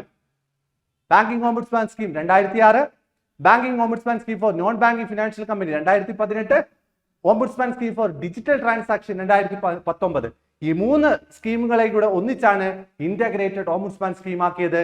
അവിടെ ഉപയോഗിച്ചത് എന്താണെന്ന് ചോദിച്ചാൽ വൺ നേഷൻ വൺ ഓംബുഡ്സ്മാൻ, ഒരു രാജ്യം ഒരു ഓംബുഡ്സ്മാൻ എന്ന് പറയുന്ന ആ ഒരു പ്രവർത്തന തത്വത്തെ അടിസ്ഥാനമാക്കിയാണ് ഇന്റഗ്രേറ്റഡ് ഓംബുഡ്സ്മാൻ സ്കീം 2021 നവംബർ 12 നിലവിൽ വന്നത്. അതുപോലെ തന്നെ ഈ പറയുന്ന RBIയുടെ ഇന്റഗ്രേറ്റഡ് ബാങ്കിങ് ഓംബുഡ്സ്മാന്റെ അപ്പിലേറ്റ് അതോറിറ്റി ആരാണ് ചോദിക്കാറുണ്ട്. നേരത്തെ കേസിൽ ബാങ്കിങ് ഓംബുഡ്സ്മാന്റെ appellate authority deputy governor of RBI ആയിരുന്നു. എന്നാൽ ഇവിടുത്തെ appealing authority executive director in charge of customer education and protection department of RBI ആണ്. ഓക്കെ ആണല്ലോ, executive director in charge of customer education and protection department of RBI ആണ് ഇപ്പോഴത്തെ integrated banking ഓംബുഡ്സ്മാന്റെ appellate authority എന്ന് പറയുന്നത്. Okay, അടുത്ത ചോദ്യത്തിലേക്ക് പോവാണ്. Dash bank which are started as a part of 20 point program. 20 point പ്രോഗ്രാമിന്റെ ഭാഗമായിട്ട് ഇന്ത്യയിൽ നിലവിൽ വന്ന ബാങ്ക് ഏതാണെന്നാണ് ചോദ്യം. നമുക്ക് എല്ലാവർക്കും അറിയാം, അത് RRB ആണ്, regional rural bank. Regional rural bank ആണ് 20 പോയിന്റ് പ്രോഗ്രാമിന്റെ ഭാഗമായിട്ട് ഇന്ത്യയിൽ നിലവിൽ വന്ന ബാങ്ക് എന്ന് പറയുന്നത്. നമുക്ക് നോക്കാം, RRB അഥവാ റീജിയണൽ റൂറൽ ബാങ്ക് 1975 ഓർത്തു വെച്ചാണ്, ഈ വർഷം ഓർത്തു വെച്ചാണ്. 1975 നരസിംഹം കമ്മിറ്റിയാണ് റീജിയണൽ റൂറൽ ബാങ്ക് റെക്കമെൻഡ് ചെയ്തത്. 1975 നരസിംഹം കമ്മിറ്റി റെക്കമെൻഡ് ചെയ്ത ബാങ്കാണ് റീജിയണൽ റൂറൽ ബാങ്ക്. നിലവിൽ വന്ന വർഷം സഹിതം ഓർത്തു വെച്ചോണം. 1975 ഒക്ടോബർ 2 RRB നിലവിൽ വന്നത്. RRB റീജിയണൽ റൂറൽ ബാങ്ക് നിലവിൽ വന്ന 1975 ഒക്ടോബർ 2. അതുപോലെ തന്നെ ഈ പറയുന്ന RRB നിയമം, റീജിയണൽ റൂറൽ ബാങ്ക് ആക്ട് ഏത് വർഷമാണെന്ന് ചോദിച്ചാൽ 1976. 1975 ബാങ്ക് വന്നു, 1976 RRB ആക്ട് നിലവിൽ വരുന്നത്. അതുപോലെ തന്നെ RRB നിലവിൽ വരുന്ന സമയത്ത് ഇന്ത്യയിൽ എത്ര RRB ഉണ്ടായിരുന്നു എന്ന് ചോദിച്ചാൽ 5 RRB ആയിരുന്നു ഉണ്ടായിരുന്നത്. ഇന്ത്യയിൽ ഈ പറയുന്ന 20 ദിന പരിപാടികളുടെ ഭാഗമായിട്ട് ഇനിഷ്യൽ സ്റ്റേജിൽ RRB എത്ര എണ്ണമാണ് ഫോം ചെയ്തതെന്ന് ചോദിച്ചാൽ 5 എണ്ണമാണ് ഫോം ചെയ്തതെന്ന് ഓർത്തു വെക്കുക. ഇന്ദിരാഗാന്ധി ആയിരുന്നു ഈ പറയുന്ന 20 പോയിന്റ് പ്രോഗ്രാം നടപ്പാക്കിയത്. അതുപോലെ തന്നെ ഇപ്പോൾ പ്രസന്റ് എത്ര RRB ഉണ്ട് എന്ന് ചോദിച്ചാൽ വളരെ പ്രധാനപ്പെട്ട കണക്കാണ്. 28 RRB ആണുള്ളത്. തുടക്കത്തിൽ ഈ പറയുന്ന RRB നിലവിൽ വരുന്ന സമയത്ത് 5 RRBകളെ ഉണ്ടായിരുന്നുള്ളൂ. പിന്നീട് പല RRBകളായിട്ട് ഫോം ചെയ്തുകൊണ്ടേയിരുന്നു. എന്നാൽ ഇപ്പോൾ നിലവിൽ 28 RRB ആണുള്ളത്. ഒരു സംസ്ഥാനത്തിന് ഒരു RRB എന്നുള്ള കണക്കിൽ 28 RRB ആണ് ഇപ്പോൾ നിലവിലുള്ളത് എന്ന് ഓർത്തു വെക്കുക. അതുപോലെ തന്നെ ഇന്ത്യയിൽ ആദ്യമായിട്ട് ഫോം ചെയ്ത RRB റീജിയണൽ റൂറൽ ബാങ്ക് ഏതാണെന്ന് ചോദിച്ചാൽ പ്രഥമ ഗ്രാമീൺ ബാങ്ക് ആണ്. മൊറാദാബാദ്, ഉത്തർപ്രദേശിലെ മൊറാദാബാദിൽ ഫോം ചെയ്ത പ്രഥമ ഗ്രാമീൺ ബാങ്ക് ആണ് ഇന്ത്യയിലെ ആദ്യത്തെ RRB എന്ന് പറയുന്നത്. അതുപോലെ തന്നെ പ്രഥമ ഗ്രാമീൺ ബാങ്കിന് സ്പോൺസർഷിപ്പ് കൊടുത്ത ബാങ്ക് ഏതാണെന്ന് ചോദിച്ചാൽ സിൻഡിക്കേറ്റ് ബാങ്ക് ആണ്. പ്രഥമ ഗ്രാമീൺ ബാങ്കിന് സ്പോൺസറായ ബാങ്ക് ഏതാണെന്ന് ചോദിച്ചാൽ സിൻഡിക്കേറ്റ് ബാങ്ക് ആണെന്ന് ഓർത്തു വെക്കുക. അതുപോലെ തന്നെ RRB റെക്കമെൻഡ് ചെയ്ത കമ്മിറ്റി നമുക്കറിയാം നരസിംഹം കമ്മിറ്റിയാണ്. എന്നാൽ ഫാദർ ഓഫ് RRB എന്നറിയപ്പെടുന്നത് MS സ്വാമിനാഥനാണ്. മറന്നുപോകല്, RRB regional rural bank recommend ചെയ്തത് നരസിംഹം കമ്മിറ്റി ആണെങ്കിൽ റീജിയണൽ റൂറൽ ബാങ്കിന്റെ ഫാദർ എന്നറിയപ്പെടുന്നത് ആരാണെന്ന് ചോദിച്ചാൽ MS സ്വാമിനാഥനാണ്. എന്നാൽ ഫാദർ ഓഫ് ഗ്രാമീൺ ബാങ്ക് എന്നറിയപ്പെടുന്ന ആരാണെന്ന് ചോദിച്ചാൽ മുഹമ്മദ് യൂനസ് ആണ്. മറന്നുപോകലെ, റീജിയണൽ റൂറൽ ബാങ്ക് റെക്കമെൻഡ് ചെയ്തത് നരസിംഹം കമ്മിറ്റി, റീജിയണൽ റൂറൽ ബാങ്കിന്റെ ഫാദർ എന്നറിയപ്പെടുന്നത് MS സ്വാമിനാഥൻ, ഈ പറയുന്ന ഗ്രാമീൺ ബാങ്കിന്റെ പിതാവ് എന്നറിയപ്പെടുന്നത് ആരാണെന്ന് ചോദിച്ചാൽ മുഹമ്മദ് യൂനസ് ആണ്. അതുപോലെ തന്നെ ഈ പറയുന്ന RRB പ്രവർത്തിക്കുന്നത് സെൻട്രൽ ഗവൺമെന്റിന്റെയും സ്റ്റേറ്റ് ഗവൺമെന്റിന്റെയും സ്പോൺസറിംഗ് ബാങ്കിന്റെയും കോൺട്രിബ്യൂഷനോട് കൂടിയാണ്. അത് ഏതൊക്കെ പെർസെന്റേജ് ആണെന്ന് വ്യക്തമായിട്ട് അറിഞ്ഞിരിക്കണം. എക്സാമിന് ചോദിക്കുന്നതാണ്. 50% സെൻട്രൽ ഗവൺമെന്റിന്റെയും 15% സ്റ്റേറ്റ് ഗവൺമെന്റിന്റെയും 35% സ്പോൺസറിംഗ് ബാങ്കിന്റെയും ഈ പറയുന്ന ഷെയറോട് കൂടിയാണ് റീജിയണൽ റൂറൽ ബാങ്ക് പ്രവർത്തിക്കുന്നത്. അപ്പൊ വ്യക്തമായിട്ട് അറിയണം, 50% central government, 15% state government, 35% sponsoring bank. ഓർത്തു വെക്കുക. അടുത്ത ക്വസ്റ്റ്യനിലേക്ക് പോവാണ്. A minor can open and operate account in his name if he has completed dash year of age. ഒരു മൈനർ എന്ന് പറയുന്നത് ആ ഒരു മൈനറിന് അക്കൗണ്ട് ഓപ്പൺ ചെയ്ത് ഓപ്പറേറ്റ് ചെയ്യണമെങ്കിൽ, സിംഗിൾ ആയിട്ട് അയാൾ സെൽഫായിട്ട് ഓപ്പറേറ്റ് ചെയ്യണമെങ്കിൽ മൈനറിന് കുറഞ്ഞത് എത്ര പ്രായം വേണമെന്ന് ചോദിച്ചാൽ 10 വയസ്സ് വേണം. ഓർത്തു വെച്ചോണം, ഒരു മൈനറിന് ഇൻഡിവിജ്വൽ ആയിട്ട് അക്കൗണ്ട് ഓപ്പൺ ചെയ്ത് ഓപ്പറേറ്റ് ചെയ്യണമെങ്കിൽ മിനിമം ഏജ് ലിമിറ്റ് എത്ര ആണെന്ന് വെച്ചാൽ 10 വയസ്സാണ്. ഓർത്തു വെച്ചോണം, 10 വയസ്സാണ്. ആരാണ് മൈനർ? നമുക്കറിയാം, minor about 10 years of age single account. ഒരു സിംഗിൾ ആയിട്ട് ഇൻഡിവിജ്വൽ ആയിട്ട് അക്കൗണ്ട് ഓപ്പൺ ചെയ്ത് ഓപ്പറേറ്റ് ചെയ്യാൻ പറ്റുന്നുണ്ടെങ്കിൽ ആ ഒരു മിനിമം ഏജ് ലിമിറ്റ് എന്ന് പറയുന്നത് 10 വയസ്സ് മൈനറിനെയാണ്. അതുപോലെ തന്നെ ഈ മൈനർ 10 വയസ്സിലുള്ള ഈ ഒരു മൈനർ എങ്ങനെയുള്ള വ്യക്തി ആയിരിക്കണം? ലിറ്ററേറ്റ് ആയിരിക്കണം. ഓക്കെ. അതുപോലെ തന്നെ no overdraft is allowed in such account. അതുപോലെ തന്നെ മൈനറിന് എന്തില്ല? കറണ്ട് അക്കൗണ്ട് ഓപ്പൺ ചെയ്യാൻ കഴിയില്ല. അതുകൊണ്ട് തന്നെ അവിടേക്ക് എന്ത് ഫെസിലിറ്റി കൊടുക്കുന്നില്ല? ഓവർ ഡ്രാഫ്റ്റ് ഫെസിലിറ്റി കൊടുക്കുന്നില്ല. അതുപോലെ തന്നെ വളരെ പ്രധാനപ്പെട്ടയാണ്, 2 മൈനർ ചേർന്ന് ഒരു ജോയിന്റ് അക്കൗണ്ട് ഓപ്പൺ ചെയ്യാൻ കഴിയുമോ എന്ന് ചോദിച്ചാൽ ജോയിന്റ് അക്കൗണ്ട് ഓപ്പൺ ചെയ്യുവാൻ കഴിയില്ല. 2 മൈനർ ചേർന്ന്, 2ഓ അതിലധികമോ മൈനേഴ്സ് ചേർന്ന് ഒരു ജോയിന്റ് അക്കൗണ്ട് ഓപ്പൺ ചെയ്യുവാൻ കഴിയുമോ എന്ന് ചോദിച്ചാൽ കഴിയില്ല. അതുപോലെ തന്നെ minor cannot make nomination but can become A nominee in any account. ഒരു മൈനറിന് ഒരു നോമിനിയെ വെക്കാൻ പറ്റുമോ എന്ന് ചോദിച്ചാൽ വെക്കാൻ പറ്റില്ല. ഒരു മൈനറിന് ഒരു ഏജന്റിനെ വെക്കാൻ പറ്റുമോ എന്ന് ചോദിച്ചാൽ വെക്കാൻ പറ്റത്തില്ല. പക്ഷേ മൈനറിന് ഒരു അക്കൗണ്ടിന്റെ നോമിനി ആവാം, ഏജന്റ് ആവാം. പഠിച്ചു വെച്ചോണം, ഒരു മൈനറിന് അയാളുടെ അക്കൗണ്ടിൽ ഒരു നോമിനിയോ ഏജന്റിനെയോ വെക്കാൻ കഴിയില്ല, സ്വന്തമായിട്ട് വെക്കാൻ കഴിയില്ല. എന്നാൽ ഈ പറയുന്ന മൈനറിന് മറ്റേതെങ്കിലും അക്കൗണ്ടിന്റെ നോമിനി ആവാം, ഏജന്റ് ആവാം. അതുപോലെ തന്നെ minor cannot appoint agent but he can become agent. നമ്മൾ പറഞ്ഞാണ്, but for any action taken by minor as an agent the principal will be liable for it. എന്തോ ആയിക്കോട്ടെ, നോമിനി ആയ ഏജന്റ് ആവുന്ന കേസിൽ ഒരു അക്കൗണ്ടിന്റെ ഏജന്റ് ആയി പ്രവർത്തിക്കാം.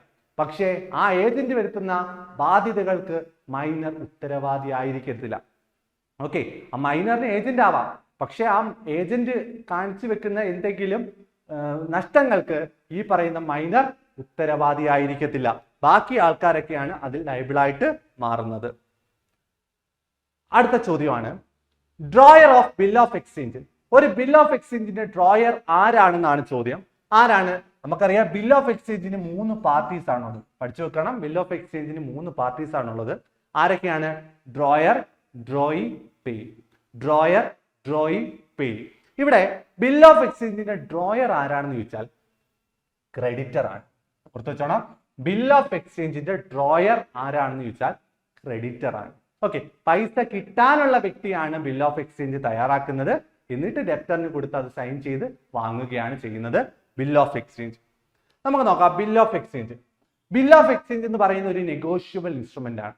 Negotiable instrument പലതരമുണ്ട്.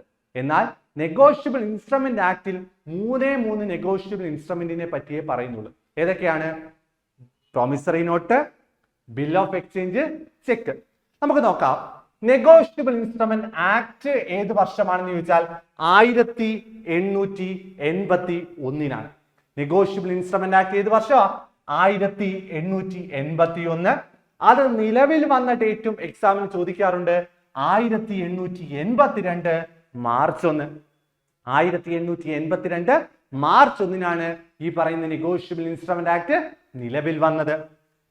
നെഗോഷ്യബിൾ ഇൻസ്ട്രുമെന്റ് ആക്ടിലെ സെക്ഷൻ 4 ബിൽ ഓഫ് എക്സ്ചേഞ്ചിനെ പറ്റി പറയുന്നത്. പഠിച്ചു വെച്ചോണം, ബിൽ ഓഫ് എക്സ്ചേഞ്ചിനെ പറ്റി പറയുന്ന സെക്ഷൻ NA ആക്ടിലെ section 5 it is an unconditional order. ഓർത്ത് വെച്ചോണം, ബിൽ ഓഫ് എക്സ്ചേഞ്ച് എന്ന് പറയുന്നത് അൺകണ്ടീഷണൽ ഓർഡർ ആണ്.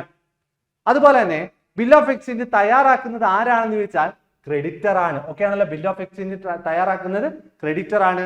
ഏത് സാഹചര്യത്തിലാണ്? ഒരു ജെനുവിൻ ട്രേഡ് ട്രാൻസാക്ഷൻ നടക്കുന്ന സാഹചര്യങ്ങളിലാണ് സാധാരണയായിട്ട് ഒരു ബിൽ ഓഫ് എക്സ്ചേഞ്ച് തയ്യാറാക്കുന്നത്. A bill before acceptance. Creditor തയ്യാറാക്കി ഡെപ്റ്ററിന് കൊടുത്ത് അത് സൈൻ ചെയ്താൽ മാത്രമേ അത് ബില്ലാവത്തുള്ളൂ. അതിനു മുമ്പ് ഡെപ്റ്റർ അത് സൈൻ ചെയ്യുന്നതിന് മുമ്പ് ബില്ലിനെ വിളിക്കുന്ന പേര് ഡ്രാഫ്റ്റ് എന്നാണ്. പരീക്ഷയ്ക്ക് ചോദിച്ചാണ്. A bill before acceptance is called draft. ഒരു ക്രെഡിറ്റർ ബിൽ ഓഫ് എക്സ്ചേഞ്ച് എഴുതി ഡെപ്റ്റർക്ക് കൊടുക്കുന്നു. ഡെപ്റ്റർ അത് സൈൻ ചെയ്യുക എന്ന് പറഞ്ഞാൽ അക്സെപ്റ്റ് ചെയ്യുക എന്നാണ്. അക്സെപ്റ്റ് ചെയ്ത് അത് വാങ്ങിയാൽ മാത്രമേ അത് ബില്ലാവുകയുള്ളൂ. അതിനു മുമ്പ് അത് ഡ്രാഫ്റ്റ് ആണ്. അതുപോലെ തന്നെ ബിൽ ഓഫ് എക്സ്ചേഞ്ചിന് 3 പാർട്ടീസ് ആണുള്ളതെന്ന് പറഞ്ഞു. ഡ്രോയർ ഉണ്ട്, ഡ്രോയി ഉണ്ട്, പേയി ഉണ്ട്. ഡ്രോയർ ആരാണെന്ന് ചോദിച്ചാൽ ക്രെഡിറ്റർ ആണ്. ഡ്രോയി ആരാണെന്ന് ചോദിച്ചാൽ ഡെപ്റ്റർ ആണ്. പേയി ആരാണെന്ന് വെച്ചാൽ ക്രെഡിറ്റർ അല്ലെങ്കിൽ മറ്റേതെങ്കിലും വ്യക്തികൾക്കും ഈ പറയുന്ന പേയി ആവാം. ബിൽ ഓഫ് എക്സ്ചേഞ്ചിനുള്ള എമൗണ്ട് കൈപ്പറ്റുന്ന വ്യക്തിയാണ് പേയി എന്ന് പറയുന്നത്. അടുത്തത് ബിൽ ഓഫ് എക്സ്ചേഞ്ചിൽ ഡേയ്സ് ഓഫ് ഗ്രേസ് ആപ്ലിക്കബിൾ ആണ്. പുറത്തു വെച്ചോണം, ബിൽ ഓഫ് എക്സ്ചേഞ്ചിൽ ഡേയ്സ് ഓഫ് ഗ്രേസ് ആപ്ലിക്കബിൾ ആണ് എന്ന് വെച്ചാൽ മെച്യൂരിറ്റി പീരീഡ് കഴിഞ്ഞ് 3 എക്സ്ട്രാ ഡേയ്സ്. 3 എക്സ്ട്രാ ഡേയ്സിനെ വിളിക്കുന്ന പേരാണ് എന്തെന്ന് പറയുന്നത്? ഡേയ്സ് ഓഫ് ഗ്രേസ് എന്ന് പറയുന്നത്. Days of grace bill of എക്സ്ചേഞ്ചിന്റെ കേസിൽ ബാധകമാണ്. A bill payable on the due date is called bill matured. Due ഡേറ്റിൽ തന്നെ, മെച്യൂർ ആവുന്ന ആ ഒരു ഡേറ്റിൽ തന്നെ ആ ഒരു പൈസ ബില്ലിലുള്ള എമൗണ്ട് കിട്ടുകയാണെങ്കിൽ ആ ബില്ലിനെ വിളിക്കുന്ന പേരാണ് bill matured. Okay, A bill paid before the due date. അതിനകത്ത് പറഞ്ഞിട്ടുള്ള ഡേറ്റിനേക്കാൾ മുമ്പേ നമുക്ക് അതിനകത്ത് പൈസ കിട്ടുകയാണെങ്കിൽ ആ ബില്ലിനെ വിളിക്കുന്ന പേര് ബിൽ റിട്ടയർഡ് എന്നാണ്.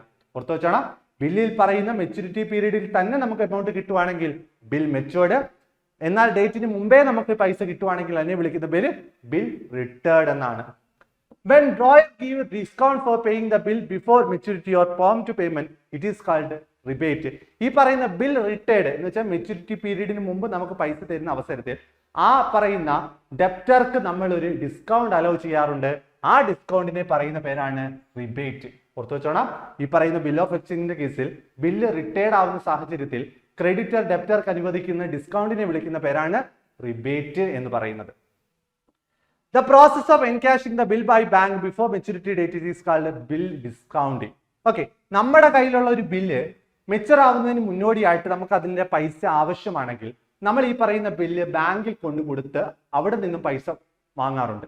അങ്ങനെ ഒരു ബാങ്കിൽ നമ്മൾ ബില്ല് കൊണ്ടുവന്ന് കൊടുക്കുകയാണെങ്കിൽ ആ ഒരു രീതിയെ വിളിക്കുന്ന പേരാണ് ബിൽ ഡിസ്കൗണ്ടിങ്. ഓക്കെ ആണല്ലോ, ബിൽ ഡിസ്കൗണ്ടിങ്. ബിൽ ഡിസ്കൗണ്ടിങ് നടത്തുമ്പോൾ നമുക്ക് അവിടെ ബാങ്ക് ഒരു ചാർജ് ഈടാക്കുന്നുണ്ട്. ആ ഒരു ചാർജിനെ വിളിക്കുന്നവരാണ് ഡിസ്കൗണ്ട് റേറ്റ്. പുറത്തു വെച്ചോണം. A bill become default in payment is called bill dishonoured. അതുപോലെ തന്നെ ബില്ലിലുള്ള എമൗണ്ട് മെച്യൂരിറ്റി പീരീഡ് ആയിട്ടും കിട്ടുന്നില്ല എങ്കിൽ അതിനെ വിളിക്കുന്ന പേരാണ് ബിൽ ഡിസോണേർഡ്. ഇതൊക്കെ ഒന്ന് ഓർത്തു വെക്കുക. ഇതൊക്കെ വളരെ പ്രധാനപ്പെട്ട പോയിന്റ്സുകളാണ്. അടുത്ത promissory note. Promissory note is valid only for period of dash starting from the date of execution. പ്രോമിസറി നോട്ടിന്റെ കാലാവധി എത്രയാണെന്നാണ് ചോദ്യം. പ്രോമിസറി നോട്ടിന്റെ കാലാവധി എത്രയാണെന്ന് വെച്ചാൽ 3 വർഷമാണ്. ഓർത്തുവെച്ചോണം, പ്രോമിസറി നോട്ടിന്റെ കാലാവധി 3 വർഷം. നമുക്കറിയാം പ്രോമിസറി നോട്ട് ഒരു നെഗോഷ്യബിൾ ഇൻസ്ട്രുമെന്റ് ആണ്. നെഗോഷ്യബിൾ ഇൻസ്ട്രുമെന്റ് ആക്ടിലെ സെക്ഷൻ 4 പ്രോമിസറി നോട്ടിനെ പറ്റി പറയുന്നത്. അപ്പൊ section 4 promissory note, section 5 bill of exchange. ഈ പറയുന്ന പ്രോമിസറി നോട്ടിന് 2 പാർട്ടീസ് ആണുള്ളത്. ഓക്കെ ആണല്ലോ. പ്രോമിസറി നോട്ടിന് 2 പാർട്ടീസ്. നമ്മൾ നേരത്തെ പറഞ്ഞ ബിൽ ഓഫ് എക്സ്ചേഞ്ചിന് എത്ര പാർട്ടീസ് ഉണ്ടായിരുന്നു? 3 പാർട്ടീസ്. ഇവിടെ പ്രോമിസറി നോട്ടിന്റെ 2 പാർട്ടീസ് ആരൊക്കെയാണെന്ന് വെച്ചാൽ, ഒന്നാമത്തെ പാർട്ടി പ്രോമിസറും രണ്ടാമത്തെ പാർട്ടി പ്രോമിസിയുമാണ്. പുറത്തു വെച്ചോണം, പ്രോമിസറി നോട്ടിൽ 2 പാർട്ടീസ് ആണുള്ളത്. പ്രോമിസറും ഉണ്ട്, പ്രോമിസിയും ഉണ്ട്. പ്രോമിസറി നോട്ടിന്റെ കേസിൽ പ്രോമിസറി നോട്ട് തയ്യാറാക്കുന്നത് ആരാണെന്ന് വെച്ചാൽ ഡെപ്റ്റർ തന്നെയാണ്. പൈസ തിരികെ കൊടുക്കാനുള്ള വ്യക്തി തന്നെ, കടക്കാരൻ തന്നെ എഴുതി തയ്യാറാക്കുന്ന ഒരു ഇൻസ്ട്രുമെന്റ് ആണ് പ്രോമിസറി നോട്ട് എന്ന് പറയുന്നത്. ഞാൻ ഇത്രാം തീയതി ആ പൈസ തന്നുകൊള്ളാം എന്ന് പറഞ്ഞ് സ്വയം സാക്ഷ്യപ്പെടുത്തുന്ന ആ ഒരു ഇൻസ്ട്രുമെന്റ് ആണ് പ്രോമിസറി നോട്ട് എന്ന് പറയുന്നത്. പ്രോമിസറി നോട്ടിനെ പറ്റി പറയുന്ന സെക്ഷൻ 4 ആണ്. ഓർത്തു വെക്കുക. അതുപോലെ തന്നെ it is an instrument in writing and unconditional undertaking. നേരത്തെ നമ്മൾ പറഞ്ഞു ബിൽ ഓഫ് എക്സ്ചേഞ്ച് എന്ന് പറയുന്നത് അൺകണ്ടീഷണൽ ഓർഡർ ആണ്. ബിൽ ഓഫ് എക്സ്ചേഞ്ച് തയ്യാറാക്കുന്നത് ആരായിരുന്നു? ക്രെഡിറ്റർ ആയിരുന്നു. എന്നാൽ പ്രോമിസറി നോട്ടിന്റെ കേസിലോ പ്രോമിസറി നോട്ട് തയ്യാറാക്കുന്നത് ഡെപ്റ്റർ ആണ്. അതുകൊണ്ട് തന്നെ ഇതെന്താണ്? ഒരു അൺകണ്ടീഷണൽ അണ്ടർടേക്കിംഗ് ആണ്. എന്ന് വെച്ചാൽ സ്വമേധയാ അതിന്റെ ഉത്തരവാദിത്തം ഏറ്റെടുക്കുന്നതാണ് എന്തെന്ന് പറയുന്നത്? അണ്ടർടേക്കിംഗ് എന്ന് പറയുന്നത്. അതുകൊണ്ട് പ്രോമിസറി നോട്ട് എന്താണ്? ഒരു അൺകണ്ടീഷണൽ അണ്ടർടേക്കിങ്ങും അതുപോലെ തന്നെ ബിൽ ഓഫ് എക്സ്ചേഞ്ച് എന്താണ്? ഒരു അൺകണ്ടീഷണൽ ഓർഡറുമാണെന്ന് ഓർത്തു വെക്കുക. അതുപോലെ തന്നെ promissory note must be stamped properly and signed by the maker.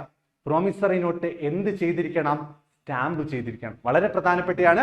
Promissory not stamp ചെയ്തിരിക്കണം. അതുപോലെ തന്നെ പ്രോമിസറി നോട്ട് തയ്യാറാക്കുന്ന പ്രോമിസർ അഥവാ മേക്കർ അഥവാ ഡെപ്റ്റർ അതിനകത്ത് സൈൻ ചെയ്തിരിക്കുകയും വേണം. അതുപോലെ തന്നെ സൈൻ ചെയ്ത് കൊടുക്കുന്നത് കൊണ്ട് തന്നെ അവിടെ പ്രോമിസറി നോട്ടിൽ അക്സെപ്റ്റൻസ് എന്ന് പറയുന്ന ആ ഒരു കാര്യമില്ല. Acceptance is not required. Okay ആണല്ലോ. പക്ഷേ ബിൽ ഓഫ് എക്സ്ചേഞ്ചിന്റെ കേസിൽ അക്സെപ്റ്റൻസ് ആവശ്യമായിരുന്നു. ഡെപ്റ്റർ അതിനകത്ത് സൈൻ ചെയ്യണം.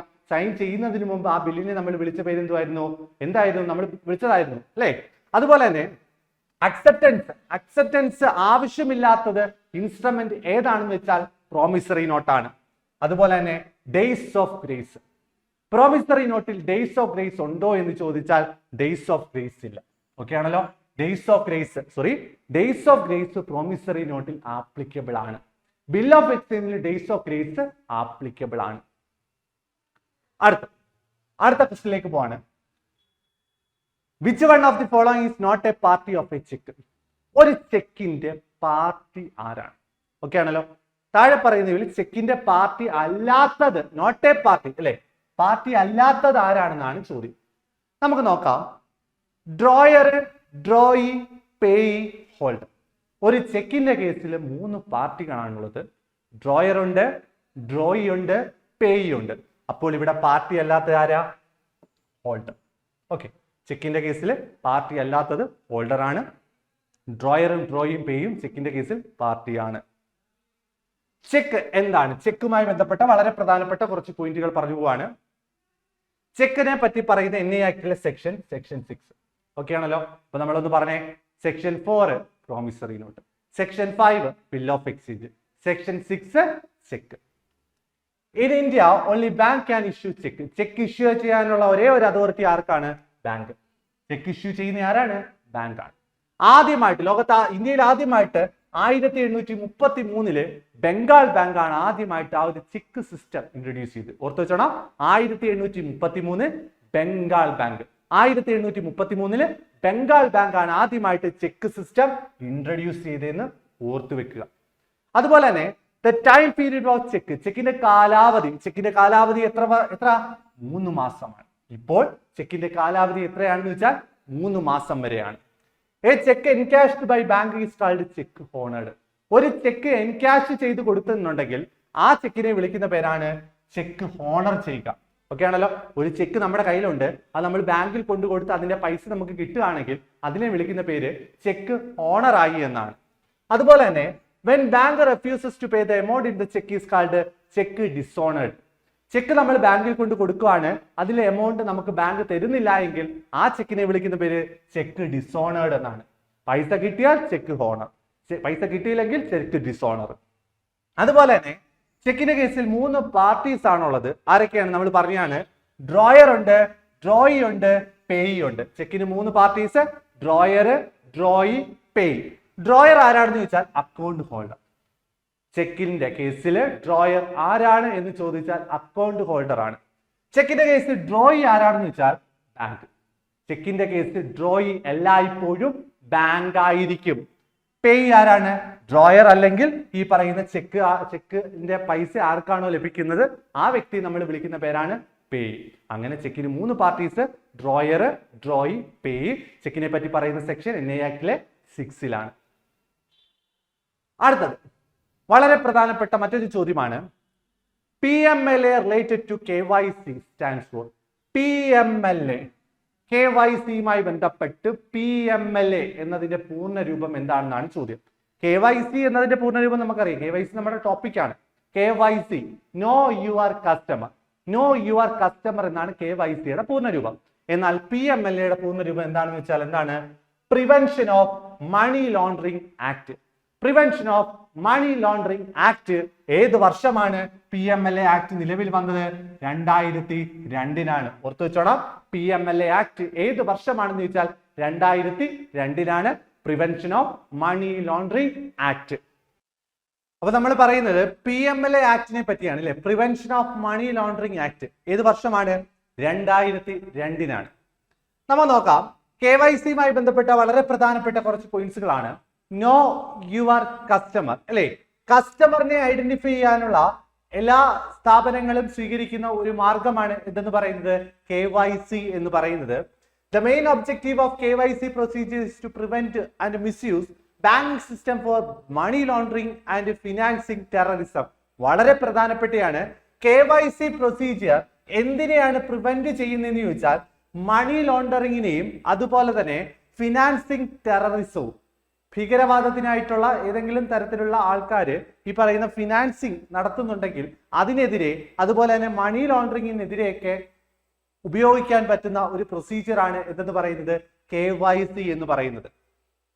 The process of KYC and its guideline were introduced by the Reserve Bank of India. ഓർത്തു വെച്ചോണം. KYC ആരാണ് ഇൻട്രൊഡ്യൂസ് ചെയ്തതെന്ന് ചോദിച്ചാൽ RBI ആണ്. ഏത് വർഷം? 2002. പ്രിവെൻഷൻ ഓഫ് മണി ലോണ്ടറിംഗ് ആക്ടിന്റെ ഫലമായിട്ട് RBI ഇൻട്രൊഡ്യൂസ് ചെയ്ത ഒരു ഗൈഡ് ലൈൻ ആണ് എന്തെന്ന് പറയുന്നത് KYC എന്ന് പറയുന്നത്. അതുപോലെ തന്നെ ഇന്ത്യയിൽ ഈ പറയുന്ന KYC ഇൻട്രൊഡ്യൂസ് ചെയ്താൻ കാരണമായ നിയമം ഏതാണെന്ന് ചോദിച്ചാൽ ഏതാണ്? നമുക്കറിയാം, prevention of money laundering act അഥവാ PMLA ആക്ട് 2002. ആ ഒരു നിയമപ്രകാരമാണ് നമ്മുടെ ഈ പറയുന്ന KYC ഉദയം ചെയ്തത്. KYC norms were made compulsory by RBI. 2002-ലാണ് ഈ പറയുന്ന RBI KYC ഇൻട്രൊഡ്യൂസ് ചെയ്തത്. എന്നാൽ എല്ലാ ബാങ്കുകൾക്കും ഈ പറയുന്ന KYC നിർബന്ധമാക്കി തുടങ്ങിയത് എന്ന് മുതലാണെന്ന് ചോദിച്ചാൽ 2010 ഏപ്രിൽ മുതലാണ്. ഓർത്തു വെച്ചോണം. 2002-ലാണ് ഈ പറയുന്ന KYC ഗൈഡ്ലൈൻ നിലവിൽ വന്നത്. എന്നാൽ എല്ലാവർക്കും കമ്പൽസറി ആയിട്ട് ഉപയോഗിക്കണമെന്ന് RBI അങ്ങനെ ഒരു ഓർഡർ കൊടുത്തത് എന്നാണെന്ന് വെച്ചാൽ 2010 ഏപ്രിലാണ്. അതുപോലെ തന്നെ RBI issued guidelines to banks on KYC norms for following section 35A of BR Act. എല്ലാ ബാങ്കുകളും ഇത്തരത്തിൽ ഈ പറയുന്ന KYC ഫോളോ ചെയ്യണമെങ്കിൽ ബാങ്കുകൾ ഫോളോ ചെയ്യുന്ന BR ആക്ടിൽ ആ ഒരു നിയമത്തെ പറ്റി, ആ ഒരു ഗൈഡ് ലൈനിനെ പറ്റി പ്രത്യേകിച്ച് മെൻഷൻ ചെയ്യണം. ഏതാണ്? BR ആക്ടിലെ സെക്ഷൻ 35A KYCയെ പറ്റി മെൻഷൻ ചെയ്യുന്നത്. ഓർത്തു വെക്കുക. അതുപോലെ തന്നെ ഈ പറയുന്ന KYC ഗൈഡ് ലൈൻ എല്ലാ ബാങ്കുകൾക്കും നിർബന്ധമാക്കണമെന്ന് റെക്കമെൻഡ് ചെയ്തത് ആരാണെന്ന് വെച്ചാൽ ആരാണ്? ഫിനാൻഷ്യൽ ആക്ഷൻ ടാസ്ക് ഫോഴ്സ് ആണ്. FATF. FATFിന്റെ പൂർണ്ണരൂപം ഫിനാൻഷ്യൽ ആക്ഷൻ ടാസ്ക് ഫോഴ്സ്. ഇതൊരു global money laundering watchdog ആയിട്ട് പ്രവർത്തിക്കുന്ന ഒരു സ്ഥാപനമാണ് FATF. FATF നിലവിൽ വന്ന വർഷം 1989. FATF പാരീസ് ആസ്ഥാനമായിട്ട് പ്രവർത്തിക്കുന്ന ഒരു സ്ഥാപനമാണെന്ന് ഓർത്തുവെക്കുക. FATF ഈ പറയുന്ന KYC എല്ലാ ബാങ്കുകളും ഫോളോ ചെയ്യണമെന്നുള്ള റെക്കമെൻഡേഷൻ കൊടുത്ത വർഷം 2009. അതിന്റെ ചുമട് പിടിച്ചാണ് 2010 എല്ലാ ബാങ്കുകൾക്കും RBI KYC എന്ന് പറയുന്ന ഗൈഡ് ലൈൻ നിർബന്ധമാക്കിയത്. ഈ പറയുന്ന KYCയുമായി ബന്ധപ്പെട്ട കാര്യങ്ങൾ ഒഫീഷ്യലായിട്ട് നമ്മുടെ ഐഡന്റിറ്റി വെളിപ്പെടുത്താൻ വേണ്ടി നമ്മൾ കുറച്ച് ഡോക്യുമെന്റ്സ് കൊടുക്കാറുണ്ട്. ആ ഡോക്യുമെന്റ്സിന് നമ്മൾ വിളിക്കുന്ന പേരാണ് OVD അഥവാ official valid document. Official valid document ഏതൊക്കെയാണെന്നൊക്കെ നമ്മൾ മുൻപേ ഉള്ള ചോദ്യത്തിനകത്ത് ചർച്ച ചെയ്തതാണ്. അതുപോലെ തന്നെ KYCയുടെ അടിസ്ഥാനത്തിൽ ഈ പറയുന്ന ബാങ്കിൽ കസ്റ്റമേഴ്സിന്റെ റിസ്കിന്റെ അടിസ്ഥാനത്തിൽ KYC എത്ര സമയത്തിനുള്ളിലാണ് നമ്മൾ അപ്ഡേറ്റ് ചെയ്യേണ്ടത് അത് വ്യക്തമായിട്ട് അറിഞ്ഞിരിക്കേണ്ടതാണ്. ഒരു ഹൈ റിസ്ക് കാറ്റഗറിയിലുള്ള കസ്റ്റമർ ആണെങ്കിൽ, ഒരു ബാങ്കിലെ ഹൈ റിസ്ക് കാറ്റഗറിയിൽ പെടുന്ന കസ്റ്റമർ ആണെങ്കിൽ അവരവരുടെ KYC അപ്ഡേറ്റ് ചെയ്യേണ്ടത് എല്ലാ 2 വർഷം കൂടുമ്പോഴാണ്. ഓക്കെ ആണല്ലോ? ഈ പറയുന്ന ഫിനാൻഷ്യൽ ഇടപാടുമായി ബന്ധപ്പെട്ട് KYC എന്തായാലും കൊടുക്കണം. അങ്ങനെ കൊടുത്തു കഴിഞ്ഞാൽ എല്ലാ 2 വർഷം കൂടുമ്പോഴും ഹൈ റിസ്ക് കാറ്റഗറിയിലുള്ള കസ്റ്റമേഴ്സ് അവരുടെ KYC അപ്ഡേറ്റ് ചെയ്യണം. അതുപോലെ തന്നെ മീഡിയം റിസ്ക് കാറ്റഗറിയിലുള്ള കസ്റ്റമർ ആണെങ്കിൽ എല്ലാ 8 വർഷം കൂടുമ്പോഴും അവരുടെ KYC അപ്ഡേറ്റ് ചെയ്യണം. അതുപോലെ തന്നെ ലോ റിസ്ക് കാറ്റഗറിയിലുള്ള കസ്റ്റമർ ആണെങ്കിൽ എല്ലാ 10 വർഷം കൂടുമ്പോഴും അവരവരുടെ KYC അപ്ഡേറ്റ് ചെയ്യണം. വളരെ പ്രധാനപ്പെട്ടതാണ്. ഹൈ റിസ്ക് കസ്റ്റമേഴ്സ് ആണെങ്കിൽ KYC അപ്ഡേറ്റ് ചെയ്യേണ്ടത് എല്ലാ 2 വർഷം കൂടുമ്പോഴും, മീഡിയം റിസ്ക് കസ്റ്റമേഴ്സ് ആണെങ്കിൽ അവരുടെ KYC അപ്ഡേറ്റ് ചെയ്യേണ്ടത് എല്ലാ 8 വർഷം കൂടുമ്പോഴും, ലോ റിസ്ക് കാറ്റഗറിയിലുള്ള കസ്റ്റമേഴ്സ് ആണെങ്കിൽ അവരുടെ KYC അപ്ഡേറ്റ് ചെയ്യേണ്ടത് എല്ലാ 10 വർഷം കൂടുമ്പോഴും ആണ്. അടുത്ത ക്വസ്റ്റ്യനിലേക്ക് പോവാണ്. Which of the following statement are correct relating to Atal pension Yojana APY Atal pension Yojana. Atal pension യോജനയുമായി ബന്ധപ്പെട്ട ശരിയായിട്ടുള്ള കറക്റ്റ് സ്റ്റേറ്റ്മെന്റ് കണ്ടെത്താനാണ് ചോദിച്ചിരിക്കുന്നത്. നമുക്ക് നോക്കാം. Launched by prime minister Shri Narendra Modi 9th May 2015. Pension will be given at the age of 60 years. Age of the subscriber should be between 18 to 40 വയസ്സ്. The same bank account, post office same bank account is mandatory for joining APY. Atal pension Yojana വളരെ പ്രധാനപ്പെട്ടതാണ്, നമ്മുടെ സിലബസിലുള്ളതാണ്. Atal pension Yojana 9 May 2015 ഓർത്തു വെച്ചോണം. 9 May 2015 Narendra Modi സർക്കാർ കൊണ്ടുവന്ന ഒരു സ്കീമാണ് അടൽ പെൻഷൻ യോജന. അടൽ പെൻഷൻ യോജന എന്താണെന്ന് വെച്ചാൽ ഒരു പെൻഷൻ സ്കീമാണ്. അടൽ പെൻഷൻ യോജന എന്താണ്? ഒരു പെൻഷൻ സ്കീമാണ്. 60 വയസ്സാകുമ്പോൾ പെൻഷൻ കിട്ടുന്ന ഒരു പദ്ധതിയാണ് അടൽ പെൻഷൻ യോജന. എത്ര വയസ്സാകുമ്പോഴാ? 60 വയസ്സ്. ഓക്കെ ആണല്ലോ? 60 വയസ്സ് പ്രായമാകുമ്പോൾ നമുക്കൊരു പെൻഷൻ കിട്ടും. 1000 തൊട്ട് 5000 രൂപ വരെ നമ്മൾ അടയ്ക്കുന്ന പ്രീമിയം എത്രയാണോ അതനുസരിച്ച് 1000 മുതൽ 5000 രൂപ വരെ മാസാമാസ പെൻഷൻ കിട്ടുന്ന ഒരു പദ്ധതിയാണ് അടൽ പെൻഷൻ യോജന. അങ്ങനെ കിട്ടണമെങ്കിൽ വയസ്സ് എത്രയായിരിക്കണം? 60 വയസ്സായിരിക്കണം. അതുപോലെ തന്നെ ഈ പറയുന്ന അടൽ പെൻഷൻ യോജനയിൽ അംഗമാകണമെങ്കിൽ അവിടെ ഏജ് ലിമിറ്റ് പറയുന്നത് 18 തൊട്ട് 40 വയസ്സ് വരെയാണ്. അടൽ പെൻഷൻ യോജനയിൽ അംഗമാകാനുള്ള പ്രായപരിധി പറയുന്നത് 18 മുതൽ 40 വയസ്സ് വരെയാണ്. അതുപോലെ തന്നെ അടൽ പെൻഷൻ യോജനയിൽ അംഗമാകണമെങ്കിൽ ഒരു വ്യക്തിക്ക് ഒരു ബാങ്കിലോ ഒരു പോസ്റ്റ് ഓഫീസ് സേവിംഗ് അക്കൗണ്ടോ നിർബന്ധമായിട്ടും ഉണ്ടായിരിക്കണം. അങ്ങനെയെങ്കിൽ മാത്രമേ ഈ പറയുന്ന പദ്ധതിയിൽ അംഗമാകാൻ കഴിയുകയുള്ളൂ. ഓക്കെ ആണല്ലോ? അപ്പോൾ മുകളിൽ പറഞ്ഞ എല്ലാ സ്റ്റേറ്റ്മെന്റും ശരിയാണ്. അപ്പോൾ നമ്മുടെ ആൻസർ എന്ന് പറയുന്നത് ഓൾ ഓഫ് ദീസ്. ഓക്കെ ആണല്ലോ? എല്ലാ സ്റ്റേറ്റ്മെന്റും അടൽ പെൻഷൻ യോജനയുമായി ബന്ധപ്പെട്ട സ്റ്റേറ്റ്മെന്റുകളാണ്. അടുത്തത് നോക്കണേ. അടൽ പെൻഷൻ യോജനയുമായി ബന്ധപ്പെട്ട് ഓർത്തിരിക്കേണ്ട പോയിന്റുകൾ. അടൽ പെൻഷൻ യോജന APYയുടെ പൂർണ്ണരൂപം അടൽ പെൻഷൻ യോജന എന്നാണ്. അതിന്റെ ഏജ് ലിമിറ്റ് എന്ന് പറയുന്നത് 18-40 വയസ്സാണ്. ഇതൊരു പെൻഷൻ സ്കീമാണ്.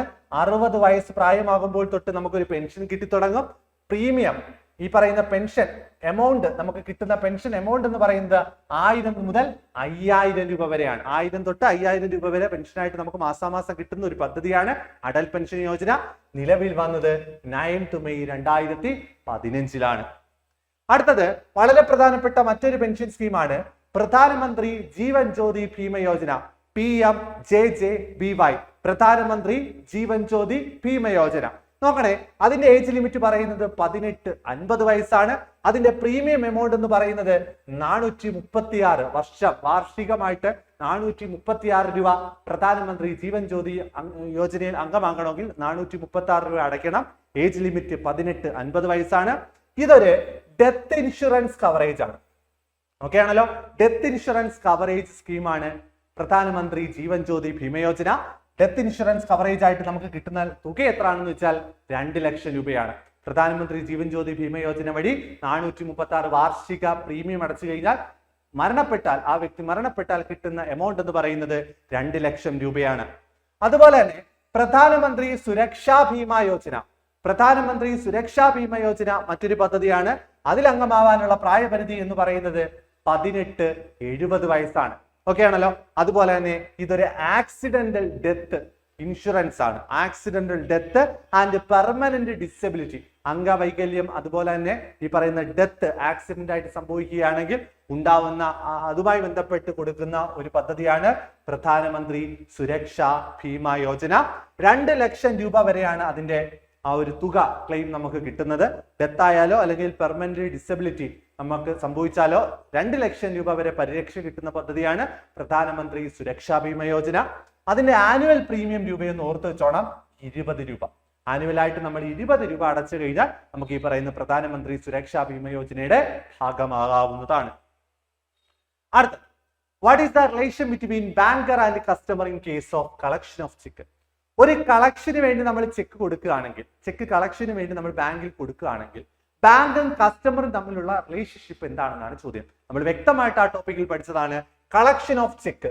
കളക്ഷൻ ഓഫ് ചെക്കുമായി ബന്ധപ്പെട്ട് ബാങ്കും കസ്റ്റമറും തമ്മിലുള്ള റിലേഷൻഷിപ്പ് ചോദിച്ചു കഴിഞ്ഞാൽ ഏജന്റ് പ്രിൻസിപ്പിൾ.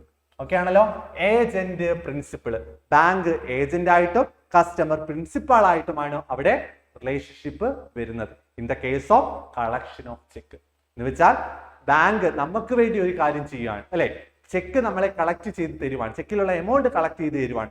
അപ്പോൾ നമുക്ക് വേണ്ടി ബാങ്ക് ഒരു കാര്യം ചെയ്യുന്നത് കൊണ്ട് അവിടെ നടക്കുന്നത് ഒരു ഏജൻസി ഫംഗ്ഷൻ ആണ്. ബാങ്ക് എന്ന് പറയുന്നത് ഏജന്റും കസ്റ്റമർ എന്ന് പറയുന്നത് പ്രിൻസിപ്പാളുമാണ്. നോക്കാം, വളരെ പ്രധാനപ്പെട്ട റിലേഷൻഷിപ്പാണ്, എപ്പോഴും ആവർത്തിച്ച് ചോദിക്കുന്ന ബാങ്കർ കസ്റ്റമർ റിലേഷൻഷിപ്പാണ് നമ്മളൊന്ന് പറയുന്നത്. ഡെപ്പോസിറ്റിന്റെ കേസിൽ ബാങ്കിൽ നമ്മൾ ഒരു എമൗണ്ട് ഡെപ്പോസിറ്റ് ചെയ്താൽ ബാങ്കർ ആരാണ്, കസ്റ്റമർ ആരാണ്? ബാങ്ക് ഡെപ്റ്ററും കസ്റ്റമർ ക്രെഡിറ്ററും. ഇവിടെ ബാങ്കും കസ്റ്റമറും തമ്മിലുള്ള റിലേഷൻഷിപ്പാണ് നമ്മൾ പറയുന്നത്. ആദ്യം പറയുന്നത് ബാങ്ക്, രണ്ടാമത് പറയുന്നത് കസ്റ്റമർ. ലോണ് അല്ലെങ്കിൽ അഡ്വാൻസ്, ആ ഒരു കേസിൽ ബാങ്കും കസ്റ്റമറും തമ്മിലുള്ള relationship creditor debtor, bank creditor, customer debtor. Advisory service, ഒരു അഡ്വൈസറി സർവീസ് ആണ് ബാങ്ക് നമുക്ക് നൽകുന്നതെങ്കിൽ ബാങ്ക് എന്ന് പറയുന്നത് അഡ്വൈസറും ഈ പറയുന്ന കസ്റ്റമർ എന്ന് പറയുന്ന ആള് ക്ലയന്റുമാണ്. പ്ലെഡ്ജ് ഗുഡ്സ് പ്ലെഡ്ജ് ചെയ്യുന്ന സാഹചര്യത്തിൽ ഈ പറയുന്ന ബാങ്ക് എന്ന് പറയുന്ന ആള് പോണിയും കസ്റ്റമർ എന്ന് പറയുന്ന ആള് ഓണറുമാണ്. മോർഗേജിന്റെ കേസിൽ ബാങ്ക് എന്ന് പറയുന്ന ആള് മോർഗേജും കസ്റ്റമർ എന്ന് പറയുന്ന ആള് മോർഗേജറുമാണ്. കളക്ഷൻ ഓഫ് ചെക്ക് നമ്മൾ പറഞ്ഞു, കളക്ഷൻ ഓഫ് ചെക്ക് ബില്ല്, അതിന്റെ കേസില് ബാങ്ക് ഏജന്റും കസ്റ്റമർ പ്രിൻസിപ്പാളുമാണ്. എക്സിക്യൂട്ടിംഗ് സ്റ്റാൻഡിംഗ് ഓർഡർ നമ്മൾ ബാങ്കിന് വേണ്ടി എന്തെങ്കിലും കാര്യം പറഞ്ഞ് ചെയ്യിപ്പിക്കുകയാണെങ്കിൽ അവിടെ ബാങ്ക് എന്ന് പറയുന്നത് ഏജന്റും കസ്റ്റമർ എന്ന് പറയുന്നയാള് പ്രിൻസിപ്പാളുമാണ്. സേഫ് ഡെപ്പോസിറ്റ് ലോക്കറുമായി ബന്ധപ്പെട്ട് ഒരു ലോക്കർ ഫെസിലിറ്റി ബാങ്ക് നമുക്ക് പ്രൊവൈഡ് ചെയ്യുന്നുണ്ടെങ്കിൽ ബാങ്ക് എന്ന് പറയുന്നയാള് ലെസറും കസ്റ്റമർ എന്ന് പറയുന്നയാള് ലെസിയുമാണ്. സേഫ് കസ്റ്റഡി ഓഫ് വാല്യുബിൾസ്, എന്തെങ്കിലും വിലപിടിപ്പുള്ള വസ്തുക്കൾ നമ്മൾ സൂക്ഷിക്കാൻ ഏൽപ്പിക്കുകയാണെങ്കിൽ അവിടെ ബാങ്ക് എന്ന് പറയുന്നയാള് ബെയിലിയും കസ്റ്റമർ എന്ന് പറയുന്നയാള് ബെയിലറുമാണ്. ആർട്ടിക്കിൾസ് ലെഫ്റ്റ് ബൈ മിസ്റ്റേക്ക്, എന്തെങ്കിലും കാര്യം നമ്മൾ ബാങ്കിൽ മറന്നു വെച്ച് കഴിഞ്ഞാൽ ബാങ്ക് എന്ന് പറയുന്നയാള് ട്രസ്റ്റിയും കസ്റ്റമർ എന്ന് പറയുന്നയാള് ബെനിഫിഷ്യറിയുമാണ്. അങ്ങനെ വളരെ പ്രധാനപ്പെട്ട 10 റിലേഷൻഷിപ്പാണ് അവിടെ കൊടുത്തിട്ടുള്ളത്. എപ്പോഴും ആവർത്തിച്ച് മാറി മാറി ചോദിക്കുന്നതാണ്, പഠിച്ചു വെക്കുക. അടുത്ത ചോദ്യമാണ്, dash is like A bank account without having balance in it. ബാങ്കിൽ ബാലൻസ് ഇല്ലെങ്കിൽ കൂടി നമുക്ക് ഉപയോഗിക്കാൻ പറ്റുന്ന ഫെസിലിറ്റി ഏതാണ് എന്നാണ് ചോദിച്ചേക്കുന്നത്. നമുക്കറിയാം ബാങ്കിൽ അക്കൗണ്ട് ബാലൻസ് വേണ്ട ഈ ഒരു ഫെസിലിറ്റി യൂസ് ചെയ്യാൻ. ഏതാണ്? ക്രെഡിറ്റ് കാർഡാണ്. ഓർത്തു വെച്ചോണം, ബാങ്കിൽ അക്കൗണ്ട് ഇല്ല എങ്കിൽ, അക്കൗണ്ടിൽ ബാലൻസ് ഇല്ല എങ്കിൽ കൂടി നമുക്ക് ഉപയോഗിക്കാൻ പറ്റുന്ന ഒരു കാർഡാണ് എന്തെന്ന് പറയുന്നത്? ക്രെഡിറ്റ് കാർഡ് എന്ന് പറയുന്നത്. നോക്കണേ, ക്രെഡിറ്റ് കാർഡുമായി ബന്ധപ്പെട്ട വളരെ പ്രധാനപ്പെട്ട കുറച്ച് പോയിന്റ്സുകൾ പറയാണ്. Credit card like A bank account without having balance. അതാണ് എപ്പോഴും ചോദിക്കുന്നത്. ബാങ്ക് അക്കൗണ്ടിൽ ബാലൻസ് ഇല്ല എങ്കിൽ കൂടി നമുക്ക് യൂസ് ചെയ്യാൻ പറ്റും. കാരണം ബാങ്ക് നമുക്ക് ഒരു നിശ്ചിത എമൗണ്ട് കടമായിട്ട് ക്രെഡിറ്റ് ആയിട്ട് നൽകി അതിനകത്തുള്ള എമൗണ്ടുകൾ നമുക്ക് എടുക്കാൻ ഉപയോഗിക്കാൻ ബാങ്ക് ഓഫർ ചെയ്യുന്ന കാർഡാണ് ക്രെഡിറ്റ് കാർഡ് എന്ന് പറയുന്നത്. അതുപോലെ തന്നെ വളരെ പ്രധാനപ്പെട്ടയാണ് buy now pay later. Buy now pay later എന്ന് പറയുന്നത് ഏത് കാർഡുമായി ബന്ധപ്പെട്ടാണെന്ന് ചോദിച്ചാൽ ക്രെഡിറ്റ് കാർഡുമായി ബന്ധപ്പെട്ടതാണ്. ക്രെഡിറ്റ് കാർഡുമായി ബന്ധപ്പെട്ട ഒരു പദമാണ് ബൈ നൗ പേ ലേറ്റർ. ഇന്ത്യയിൽ ആദ്യമായിട്ട് ക്രെഡിറ്റ് കാർഡ് ഓഫർ ചെയ്ത bank central Bank of India ആണ്. സെൻട്രൽ ബാങ്ക് ഓഫ് ഇന്ത്യ ആണ് ഇന്ത്യയിൽ ആദ്യമായിട്ട് ഈ പറയുന്ന ക്രെഡിറ്റ് കാർഡ് ഇൻട്രൊഡ്യൂസ് ചെയ്തത് 1980-ലാണ്. ഓർത്തു വെച്ചോണം, ഇന്ത്യയിൽ ആദ്യമായിട്ട് ഈ പറയുന്ന ക്രെഡിറ്റ് കാർഡ് കൊണ്ടുവന്നത് സെൻട്രൽ ബാങ്ക് ഓഫ് ഇന്ത്യ 1980-ലാണ്. Hot listing. എന്താണ് hot listing?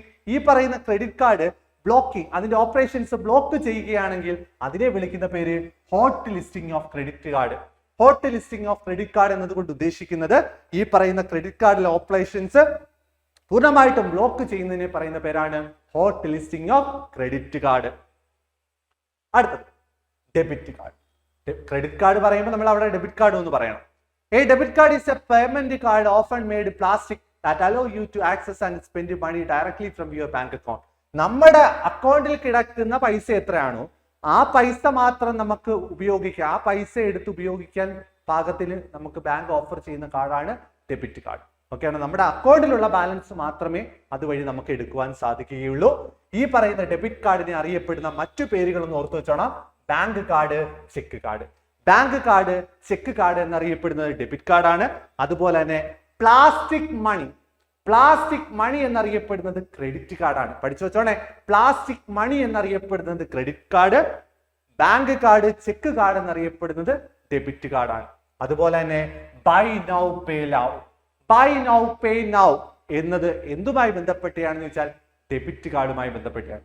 By now pay later ആണെങ്കിൽ അത് credit card, by now pay now ആണെങ്കിൽ അത് ഡെബിറ്റ് കാർഡാണ്. അതുപോലെ തന്നെ നമ്മുടെ ഈ പറയുന്ന ATM നിന്ന് നമുക്ക് പൈസ വിഡ്രോ ചെയ്യാനായിട്ട് നമ്മൾ യൂസ് ചെയ്യുന്ന കാർഡാണ് ഡെബിറ്റ് കാർഡ്. ഓക്കെ ആണല്ലോ. അടുത്ത, in dash type of account only the first account holder primary can access and operate the account till the time she or he alive. ഒരു വ്യക്തി മരണപ്പെടുകയാണെങ്കിൽ, ഓക്കെ ആണല്ലോ, ഇത് കുറച്ച് ജോയിന്റ് ടൈപ്പ് അക്കൗണ്ടുകളാണ് ഇവിടെ ചോദിച്ചിരിക്കുന്നത്. In dash type of joint account only the first account holder, ആദ്യത്തെ primary account ഹോൾഡറിന് മാത്രം ഈ പറയുന്ന അക്കൗണ്ട് ഓപ്പറേറ്റ് ചെയ്യാനും ആക്സസ് ചെയ്യാനും അധികാരം കൊടുക്കുന്നുണ്ടെങ്കിൽ, എന്ന് വെച്ചാൽ രണ്ടാമത്തെ പാർട്ടിക്ക് അവിടെ അധികാരം വരുന്നില്ല, ഫസ്റ്റ് വ്യക്തിക്ക് മാത്രമാണ് അധികാരം പോകുന്നത്. എന്ന് വെച്ചാൽ ഫസ്റ്റ് വ്യക്തി മരണപ്പെടുന്ന അഥവാ പ്രൈമറി ആയിട്ടോ അവിടെ സൈൻ ചെയ്യുന്ന വ്യക്തി മരണപ്പെടുകയാണെങ്കിൽ മാത്രം ജീവിച്ചിരിക്കുന്ന സർവൈവറിന് അധികാരം പോകുന്ന അക്കൗണ്ട് ഏതാണെന്നാണ് ചോദ്യം. ഉത്തരം എന്ന് പറയുന്നത് ഫോർമർ ഓർ സർവൈവർ ആണ്. ഓക്കെ ആണല്ലോ. പ്രൈമറി അഥവാ ഫസ്റ്റ് അക്കൗണ്ട് ഹോൾഡറിന് മാത്രം ഈ പറയുന്ന അക്കൗണ്ട് ഓപ്പറേറ്റ് ചെയ്യാനും ആക്സസ് ചെയ്യാനും പറ്റുന്നുണ്ടെങ്കിൽ അത്തരത്തിലുള്ള ജോയിന്റ് അക്കൗണ്ടിനെ വിളിക്കുന്ന പേരാണ് former or survivor. Former or survivor. നോക്കണേ, ആദ്യം നമ്മൾ എയ്തർ ഓർ സർവൈവർ പറയുകയാണ്. This is the most common form of joint account. Only 2 individual can operate the account, primary account holder and secondary account holder. ഇവിടെ 2 പേര് ചേർന്ന് ഒരു account open ചെയ്യുവാണെങ്കിൽ അവിടെ ഈ പറയുന്ന എയ്തർ ഓർ സർവൈവർ ക്ലോസിലാണ് അക്കൗണ്ട് ഓപ്പൺ ചെയ്യുന്നതെങ്കിൽ അവിടെ പ്രൈമറിയും കാണും സെക്കൻഡറിയും കാണും. ഈ 2 പേർക്കും തുല്യ പ്രാധാന്യം. എന്ന് വെച്ചാൽ 2 പേരിൽ ആർക്കെങ്കിലും ഒരാൾ വിചാരിച്ചാലും ഈ പറയുന്ന അക്കൗണ്ടിലെ ഓപ്പറേഷൻസ് നടത്താൻ പറ്റും. ആര് വിചാരിച്ചാലും, പ്രൈമറി ആയിക്കോട്ടെ സെക്കൻഡറി ആയിക്കോട്ടെ. സെക്കൻഡറി ഒപ്പിട്ടാലും അക്കൗണ്ട് ഓപ്പറേഷൻസ് നടത്താം, പ്രൈമറി വിചാരിച്ചാലും ഈ പറയുന്ന അക്കൗണ്ട് ഓപ്പറേഷൻസ് നടത്താൻ പറ്റുന്ന ജോയിന്റ് അക്കൗണ്ടിനെ വിളിക്കുന്ന പേരാണ് either or survivor. Okay, both can access the account and transfer the fund. രണ്ടു പേർക്കും ഒരുമിച്ച് ഒരേ രീതിയിൽ അക്കൗണ്ട് ഓപ്പറേഷൻസ് സാധ്യമാക്കുന്ന അക്കൗണ്ടാണ് എയ്തർ ഓർ സർവേവർ. ഇപ്പൊ പ്രൈമറി ഒരാൾക്ക് ചെക്ക് കൊടുക്കും, ആ ചെക്ക് സ്റ്റോപ്പ് പേയ്മെന്റ് ഓർഡർ ഇടാൻ പ്രൈമറിക്ക് മാത്രമല്ല, വേണമെങ്കിൽ സെക്കൻഡറി വിചാരിച്ചാൽ ഈ പറയുന്ന ചെക്കിനുള്ള പേയ്മെന്റുകൾ സ്റ്റോപ്പ് ചെയ്ത് വെക്കാം. കാരണം രണ്ടുപേരിൽ ആരെങ്കിലും ഒരു ചെക്ക് കൊടുക്കണമെങ്കിൽ പ്രൈമറിയോ സെക്കൻഡറി ആരൊപ്പിട്ട് കൊടുത്താലും ഈ പറയുന്ന അക്കൗണ്ടിലെ ഓപ്പറേഷൻസ് നടത്താവുന്നതാണ്. അത്തരത്തിലുള്ള ജോയിന്റ് അക്കൗണ്ടിനെ വിളിക്കുന്ന പേരാണ് either or survivor account. The final balance and interest will be paid to the survivor on death of anyone of the account holder. ഇതിൽ ആരെങ്കിലും ഒരു മരണപ്പെട്ടാൽ ജീവിച്ചിരിക്കുന്ന അഥവാ സർവൈവറിന് ഈ പറയുന്ന എമൗണ്ട് ലഭിക്കുന്നതാണ്. അടുത്തത് എനിവൺ ഓർ സർവൈവർ. നമ്മൾ എയ്തർ ഓർ സർവൈവർ പറഞ്ഞ രീതിയിൽ തന്നെയുള്ള മറ്റൊരു അക്കൗണ്ടാണ് എനിവൺ ഓർ സർവൈവർ. ഇവിടെ രണ്ടിൽ കൂടുതൽ വ്യക്തികൾ വരുന്ന കേസിലാണ് എനിവൺ ഓർ സർവൈവർ വരുന്നത്. നേരത്തെ രണ്ട് വ്യക്തികൾ വരുവാണെങ്കിൽ എയ്തർ ഓർ സർവൈവർ, രണ്ടിൽ കൂടുതൽ വ്യക്തികളാണ് വരുന്നതെങ്കിൽ അവിടെ വരുന്നത് എനിവൺ ഓർ സർവൈവർ. എന്ന് വെച്ചാൽ എ ബി സി ഡി എന്നിങ്ങനെ 4 പേര് ചേർന്ന് നടപ്പാക്കുന്ന ഒരു ജോയിന്റ് അക്കൗണ്ട് ആണെങ്കിൽ എ വിചാരിച്ചാലും ബി വിചാരിച്ചാലും സി വിചാരിച്ചാലും ഡി വിചാരിച്ചാലും അക്കൗണ്ടിലെ ഓപ്പറേഷൻസ് നടത്തുവാൻ സാധിക്കുന്നുണ്ടെങ്കിൽ അത്തരത്തിലുള്ള ജോയിന്റ് അക്കൗണ്ടിനെ വിളിക്കുന്ന പേരാണ് anyone or survivor. This is similar to the either or survivor. നേരത്തെ പറഞ്ഞ എയ്തർ ഓർ സർവൈവറിനെ പോലെ തന്നെയാണ്. The only difference is more than 2 individuals. വ്യത്യാസം എന്ന് പറഞ്ഞാൽ രണ്ടിൽ കൂടുതൽ വ്യക്തികൾ ഒരുമിച്ച് അക്കൗണ്ട് ഓപ്പൺ ചെയ്യുകയാണെങ്കിൽ അത്തരത്തിലുള്ള ഒരേ പ്രാധാന്യം കൊടുക്കുന്നുണ്ടെങ്കിൽ അത്തരത്തിലുള്ള ജോയിന്റ് അക്കൗണ്ടിനെ വിളിക്കുന്ന പേരാണ് എനിവൺ ഓർ സർവൈവർ. ആരെങ്കിലും ഒരാൾ മരണപ്പെട്ടു കഴിഞ്ഞാൽ ജീവിച്ചിരിക്കുന്ന സർവൈവറിന് ഈ അക്കൗണ്ട് മുന്നോട്ട് കൊണ്ടുപോകാം, അല്ലെങ്കിൽ അതിനകത്തുള്ള എമൗണ്ട് ലഭിക്കുന്നതാണ്. അത്തരത്തിലുള്ള ജോയിന്റ് അക്കൗണ്ടിനെ വിളിക്കുന്ന പേരാണ് എനിവൺ ഓർ സർവൈവർ. അടുത്തത് ഫോർമർ ഓർ സർവൈവർ. നമ്മൾ പറഞ്ഞു ഒരു അക്കൗണ്ട് ഓപ്പൺ ചെയ്യാൻ വരുമ്പോൾ അവിടെ പ്രൈമറി സെക്കൻഡറി 2 കോളം കാണും. അവിടെ ആദ്യം സൈൻ ചെയ്യുന്ന ഫസ്റ്റ് പേഴ്സൺ ആയിട്ട് സൈൻ ചെയ്യുന്ന പ്രൈമറി അക്കൗണ്ട് ഹോൾഡറിനായിരിക്കും ആ അക്കൗണ്ട് ഓപ്പൺ ചെയ്യാനും ആ അക്കൗണ്ട് ഓപ്പറേറ്റ് ചെയ്യാനും ആക്സസ് ചെയ്യാനും കഴിയുന്നത്. സെക്കൻഡറി അവിടെ സെക്കൻഡറി ആയിട്ട് നിലനിൽക്കത്തുള്ളൂ, അയാൾക്ക് യാതൊരു വിധത്തിലുള്ള അധികാരവും അവിടെ പോകുന്നില്ല. പ്രൈമറി ആയിട്ടുള്ള വ്യക്തി മരണപ്പെട്ടാൽ മാത്രമാണ് സർവൈവറിന് ആ അധികാരം പോകുന്നത്. അത്തരത്തിലുള്ള ജോയിന്റ് അക്കൗണ്ടിനെ വിളിക്കുന്ന പേരാണ് former or survivor. In this type of joint account, only the first account holder, primary, can access and operate the account till the time he or she alive. അല്ലെ, ഒരാൾ മരണപ്പെട്ടാൽ മാത്രം സർവൈവറിന് അധികാരം പോകുന്ന അക്കൗണ്ടാണ്. അതുപോലെ തന്നെ ഫസ്റ്റ് അക്കൗണ്ട് ഹോൾഡർ അഥവാ primary ആദ്യം വന്ന ആ വ്യക്തിക്ക് മാത്രം അധികാരം പോകുന്ന അക്കൗണ്ടിനെ വിളിക്കുന്ന പേരാണ് former or survivor. The second account holder or second applicant can operate the account only at the death of primary. Primary account holder മരണപ്പെട്ടാൽ മാത്രമാണ് സെക്കൻഡ് അക്കൗണ്ട് ഹോൾഡറിന് അവിടെ അധികാരം വരുന്നത്. അത്തരത്തിലുള്ള അക്കൗണ്ടിനെ വിളിക്കുന്ന പേരാണ് ഫോർമർ ഓർ സർവൈവർ. അടുത്തത് ലാറ്റർ ഓർ സർവൈവർ. നേരത്തെ പറഞ്ഞതുപോലെ തന്നെ ഫോർമറിന്റെ കേസിൽ പ്രൈമറിക്കാണ് പ്രാധാന്യം പോകുന്നതെങ്കിൽ ലാറ്റർ ഓർ സർവൈവറിന് സെക്കൻഡറി അക്കൗണ്ട് ഹോൾഡറിന്, പ്രൈമറി സെക്കൻഡറി രണ്ടുപേരുമാണ്. സെക്കൻഡറി അക്കൗണ്ട് ഹോൾഡറിനെ അക്കൗണ്ട് ആക്സസ് ചെയ്യാനും ഓപ്പറേറ്റ് ചെയ്യാനും അധികാരം പോകുന്നുണ്ട്. പ്രൈമറിക്ക് അവിടെ അധികാരം ഒന്നും ഇല്ല എങ്കിൽ അത്തരത്തിലുള്ള ജോയിന്റ് അക്കൗണ്ടിനെ വിളിക്കുന്ന പേരാണ് latter or survivor. This is similar to former or survivor. The main difference is only the second holder. The second holder can access and operate the account till the time he or she alive. മരണപ്പെട്ടാൽ secondary account holder മരണപ്പെട്ടാൽ മാത്രമേ primary ആയിട്ടുള്ള first പേഴ്സന് അധികാരം പോകുള്ളൂ, അഥവാ സർവൈവറിന് അധികാരം പോകുള്ളൂ. അത്തരത്തിലുള്ള ജോയിന്റ് അക്കൗണ്ടിനെ വിളിക്കുന്ന പേരാണ് ലാറ്റർ ഓർ സർവൈവർ. ഓക്കെ, അടുത്ത ചോദ്യത്തിലേക്ക് പോവാണ്. A person named by a deceased person to manage his estate or his will is called. A person named by a deceased person. ഒരു വ്യക്തി അയാൾ മരണപ്പെടുന്നതിന് മുന്നോടിയായിട്ട് അയാളുടെ അക്കൗണ്ടും കാര്യങ്ങളും എല്ലാം ഉപയോഗിക്കാൻ, കൺട്രോൾ ചെയ്യാൻ വേണ്ടി ഒരാളെ അധികാരപ്പെടുത്തുന്നുണ്ടെങ്കിൽ ആ വ്യക്തിയെ നമ്മൾ എന്താണ് വിളിക്കുന്നതെന്ന് ചോദിച്ചാൽ എക്സിക്യൂട്ടർ എന്നാണ്. ഓർത്തു വെച്ചാണ് എക്സിക്യൂട്ടർ. മരണപ്പെടുന്നതിന് മുന്നോടിയായിട്ട് ഒരു അക്കൗണ്ട് ഹോൾഡർ സ്വയമേ തന്നെ അയാളുടെ അക്കൗണ്ട് വിവരങ്ങളൊക്കെ നോക്കാനും ഒക്കെ ആയിട്ട് ഒരു വ്യക്തിയെ അപ്പോയിന്റ് ചെയ്യുന്നുണ്ടെങ്കിൽ ആ വ്യക്തിയെ വിളിക്കുന്ന പേര് എക്സിക്യൂട്ടർ എന്നാണ്. നോക്കാം. Executor administrator. ആരാണ് executor administrator? An executor is a person named in the will. ഈ പറയുന്ന വില്ലിൽ ഒരു പ്രമാണം, അതിനകത്ത് നേരത്തെ മുൻകൂട്ടി ഈ പറയുന്ന മരണപ്പെടുന്നതിന് മുന്നോടിയായിട്ട് ഒരു വ്യക്തി മറ്റൊരു വ്യക്തിയുടെ പേര് എഴുതി വെക്കും. And deliver the title immediately after the death of the testator for the purpose of administration of the property of the deceased. ഈ പറയുന്ന മരണപ്പെടുന്ന വ്യക്തിയുടെ പ്രോപ്പർട്ടീസ് കാര്യങ്ങളും എല്ലാം നോക്കി നടത്താൻ വേണ്ടി ഒരു വ്യക്തിയെ മരണപ്പെടുന്നതിന് മുന്നോടിയായിട്ട് ആ വ്യക്തി തന്നെ അപ്പോയിന്റ് ചെയ്യുന്നുണ്ടെങ്കിൽ അതിനെ വിളിക്കുന്ന പേരാണ് എക്സിക്യൂട്ടർ. എന്നാൽ എക്സിക്യൂട്ടർ മരണപ്പെട്ടില്ല, എക്സിക്യൂട്ടറിനെ ആരെ അവിടെ അപ്പോയിന്റ് ചെയ്യുന്നില്ല. ഒരു വ്യക്തി മരണപ്പെട്ടു, അപ്പൊ അയാളുടെ ഈ പറയുന്ന പ്രോപ്പർട്ടി ഒന്നും അന്യാധീനമായി പോവാതെ വരാൻ വേണ്ടി ഈ പറയുന്ന കോടതി തന്നെ ഈ വ്യക്തിയുടെ ആ ഒരു പ്രോപ്പർട്ടിയൊക്കെ നോക്കി നടത്താൻ വേണ്ടി കോടതി ഒരു ആളെ അപ്പോയിന്റ് ചെയ്യുകയാണെങ്കിൽ അതിനെ വിളിക്കുന്ന പേരാണ് അഡ്മിനിസ്ട്രേറ്റർ. ഓക്കെ ആണല്ലോ, administrator. An administrator is a person appointed by the court to manage the property of deceased person. മരണപ്പെടുന്ന വ്യക്തിയുടെ ഈ പറയുന്ന പ്രോപ്പർട്ടിയൊക്കെ നോക്കി നടത്താൻ വേണ്ടി കോടതി ഒരാളെ നിയമിക്കുകയാണെങ്കിൽ അതിനെ വിളിക്കുന്ന പേര് അഡ്മിനിസ്ട്രേറ്റർ.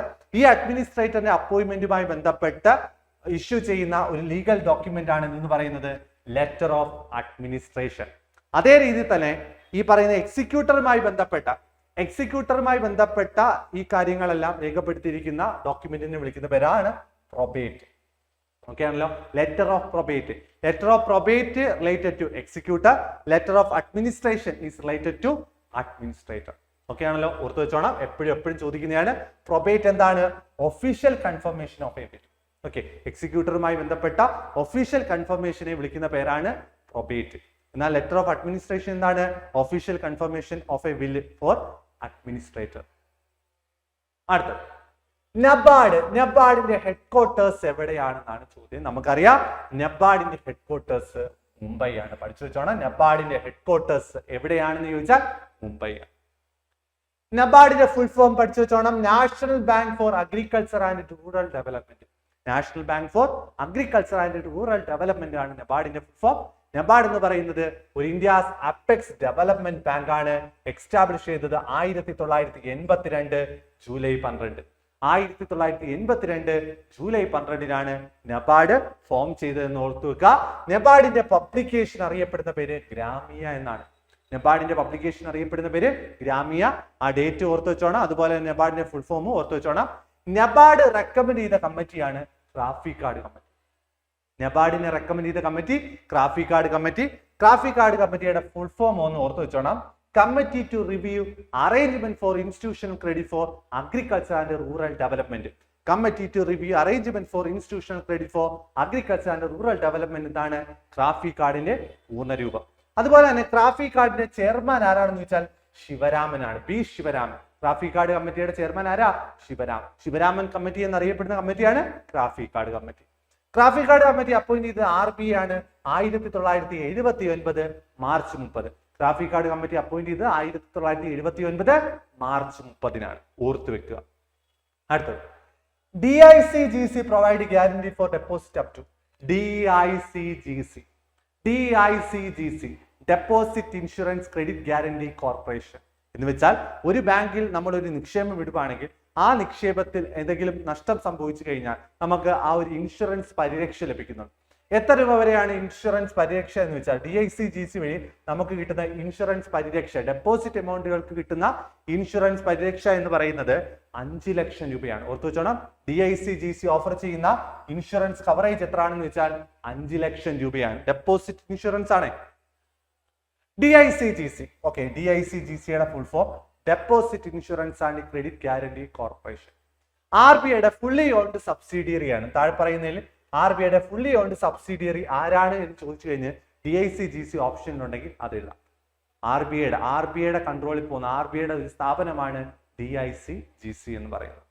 DICGC നിലവിൽ വന്നത് 1978 ജൂലൈ 15. ടേസ്റ്റ് സൈത് ഓർത്തോണം, DICGCയുടെ നിലവിൽ വന്നത് 1978 ജൂലൈ 15. അതുപോലെ തന്നെ DICGCയുടെ ചെയർമാൻ ആരാണെന്ന് വെച്ചാൽ RBIയുടെ ഡെപ്യൂട്ടി ഗവർണറാണ്. DICGCയുടെ ഡെപ്പോസിറ്റ് ഇൻഷുറൻസ് ക്രെഡിറ്റ് ഗ്യാരണ്ടി കോർപ്പറേഷന്റെ ചെയർമാൻ ആരാണെന്ന് ചോദിച്ചാൽ deputy governor of RBI. Insurance coverage maximum എത്ര രൂപയാണെന്ന് ചോദിച്ചാൽ DICGC വഴി നമുക്ക് ഇൻഷുറൻസ് കവറേജ് ആയിട്ട് ലഭിക്കുന്ന മാക്സിമം എമൗണ്ട് ഓഫ് റുപ്പീസ് 5 ലക്ഷം രൂപയാണ്. ഓക്കെ, അടുത്ത waste and means advance introduced by RBI comes under dash section of RBI Act. Waste and means advance. Okay, എന്താണ് waste and means advance? Waste and means advance എന്താണെന്ന് വെച്ചാൽ RBI കൊടുക്കുന്ന ഒരു ലോണാണ്. ആർക്ക് കൊടുക്കുന്ന ലോൺ എന്ന് വെച്ചാൽ സെൻട്രൽ ഗവൺമെന്റ് അഥവാ സ്റ്റേറ്റ് ഗവൺമെന്റിന് RBI ഓഫർ ചെയ്യുന്ന ഒരു ലോണാണ് വേസ് ആൻഡ് മീൻസ് അഡ്വാൻസ്. അതിനെപ്പറ്റി പറയുന്നത് RBI ആക്ടിലെ ഏത് സെക്ഷനിലാണെന്നാണ് ചോദ്യം. RBI ആക്ടിലെ സെക്ഷൻ 17(5). കാരണം RBI ആണ് ഈ പറയുന്ന ലോൺ കൊടുക്കുന്നത്. വേസ് ആൻഡ് മീൻസ് അഡ്വാൻസ് എന്ന് പറയുന്ന ആ ഒരു ഫെസിലിറ്റി പ്രൊവൈഡ് ചെയ്യുന്ന RBI ആണ്. RBI ആക്ടിലെ സെക്ഷൻ 15 സബ്സെക്ഷൻ 5 ആണ് ഈ പറയുന്ന വേസ് ആൻഡ് മീൻസ് അഡ്വാൻസിനെ പറ്റി പറയുന്നത്. 3 മാസത്തേക്ക് 3 months അതും ചോദിച്ചിട്ടുണ്ട്. വേസ് ആൻഡ് മീൻസ് അഡ്വാൻസ് കൊടുക്കുന്നത് എത്ര നാളത്തേക്കാണെന്ന് ചോദിച്ചാൽ 3 മാസത്തേക്കാണ്. നോക്കാം. WMA ways and means advance. This is a temporary loan. ഇതൊരു ടെമ്പററി ലോൺ ഫെസിലിറ്റി ആണ്. RBI പ്രൊവൈഡ് ചെയ്യുന്ന ഒരു ലോൺ ഫെസിലിറ്റി ആണ്. ആർക്ക് വേണ്ടി? സെൻട്രൽ ഗവൺമെന്റിനും സ്റ്റേറ്റ് ഗവൺമെന്റിനും വേണ്ടി for the help to manage the short term cash flow mismatch. ഈ പറയുന്ന സെൻട്രൽ ഗവൺമെന്റിനോ സ്റ്റേറ്റ് ഗവൺമെന്റിനോ ഏതെങ്കിലും സാഹചര്യത്തിൽ ഒരു ഷോർട്ട് ടേം ഫണ്ട് ആവശ്യമായിട്ട് വന്നു കഴിഞ്ഞാൽ ഈ പറയുന്ന RBI പ്രൊവൈഡ് ചെയ്യുന്ന 3 മാസത്തേക്ക് കാലയളവിലേക്ക് കൊടുക്കുന്ന ഒരു ലോണാണ് വേസ് ആൻഡ് മീൻസ് അഡ്വാൻസ്. അടുത്ത PIN in a smart card is called PIN എന്നതിന്റെ പൂർണ്ണ രൂപം എന്താണെന്ന് വെച്ചാൽ പേഴ്സണൽ ഐഡന്റിഫിക്കേഷൻ നമ്പർ. വെച്ചോണം, പിന്നിന്റെ പൂർണ്ണ രൂപം എന്താണെന്ന് വെച്ചാൽ പേഴ്സണൽ ഐഡന്റിഫിക്കേഷൻ നമ്പർ എന്നാണ്. നമുക്ക് വളരെ പ്രധാനപ്പെട്ട കുറച്ച് അബ്രിവിയേഷൻസ് ഒക്കെ ഒന്ന് നോക്കി പോവാം. OTP എന്ന് വെച്ചാൽ എന്താണ്? One time password. OTP one time password. GST നമുക്കറിയാം, goods and service tax. Goods and service tax ആണ് GST. TDSന്റെ ഫുൾ ഫോം അറിയാം, tax deduction at source.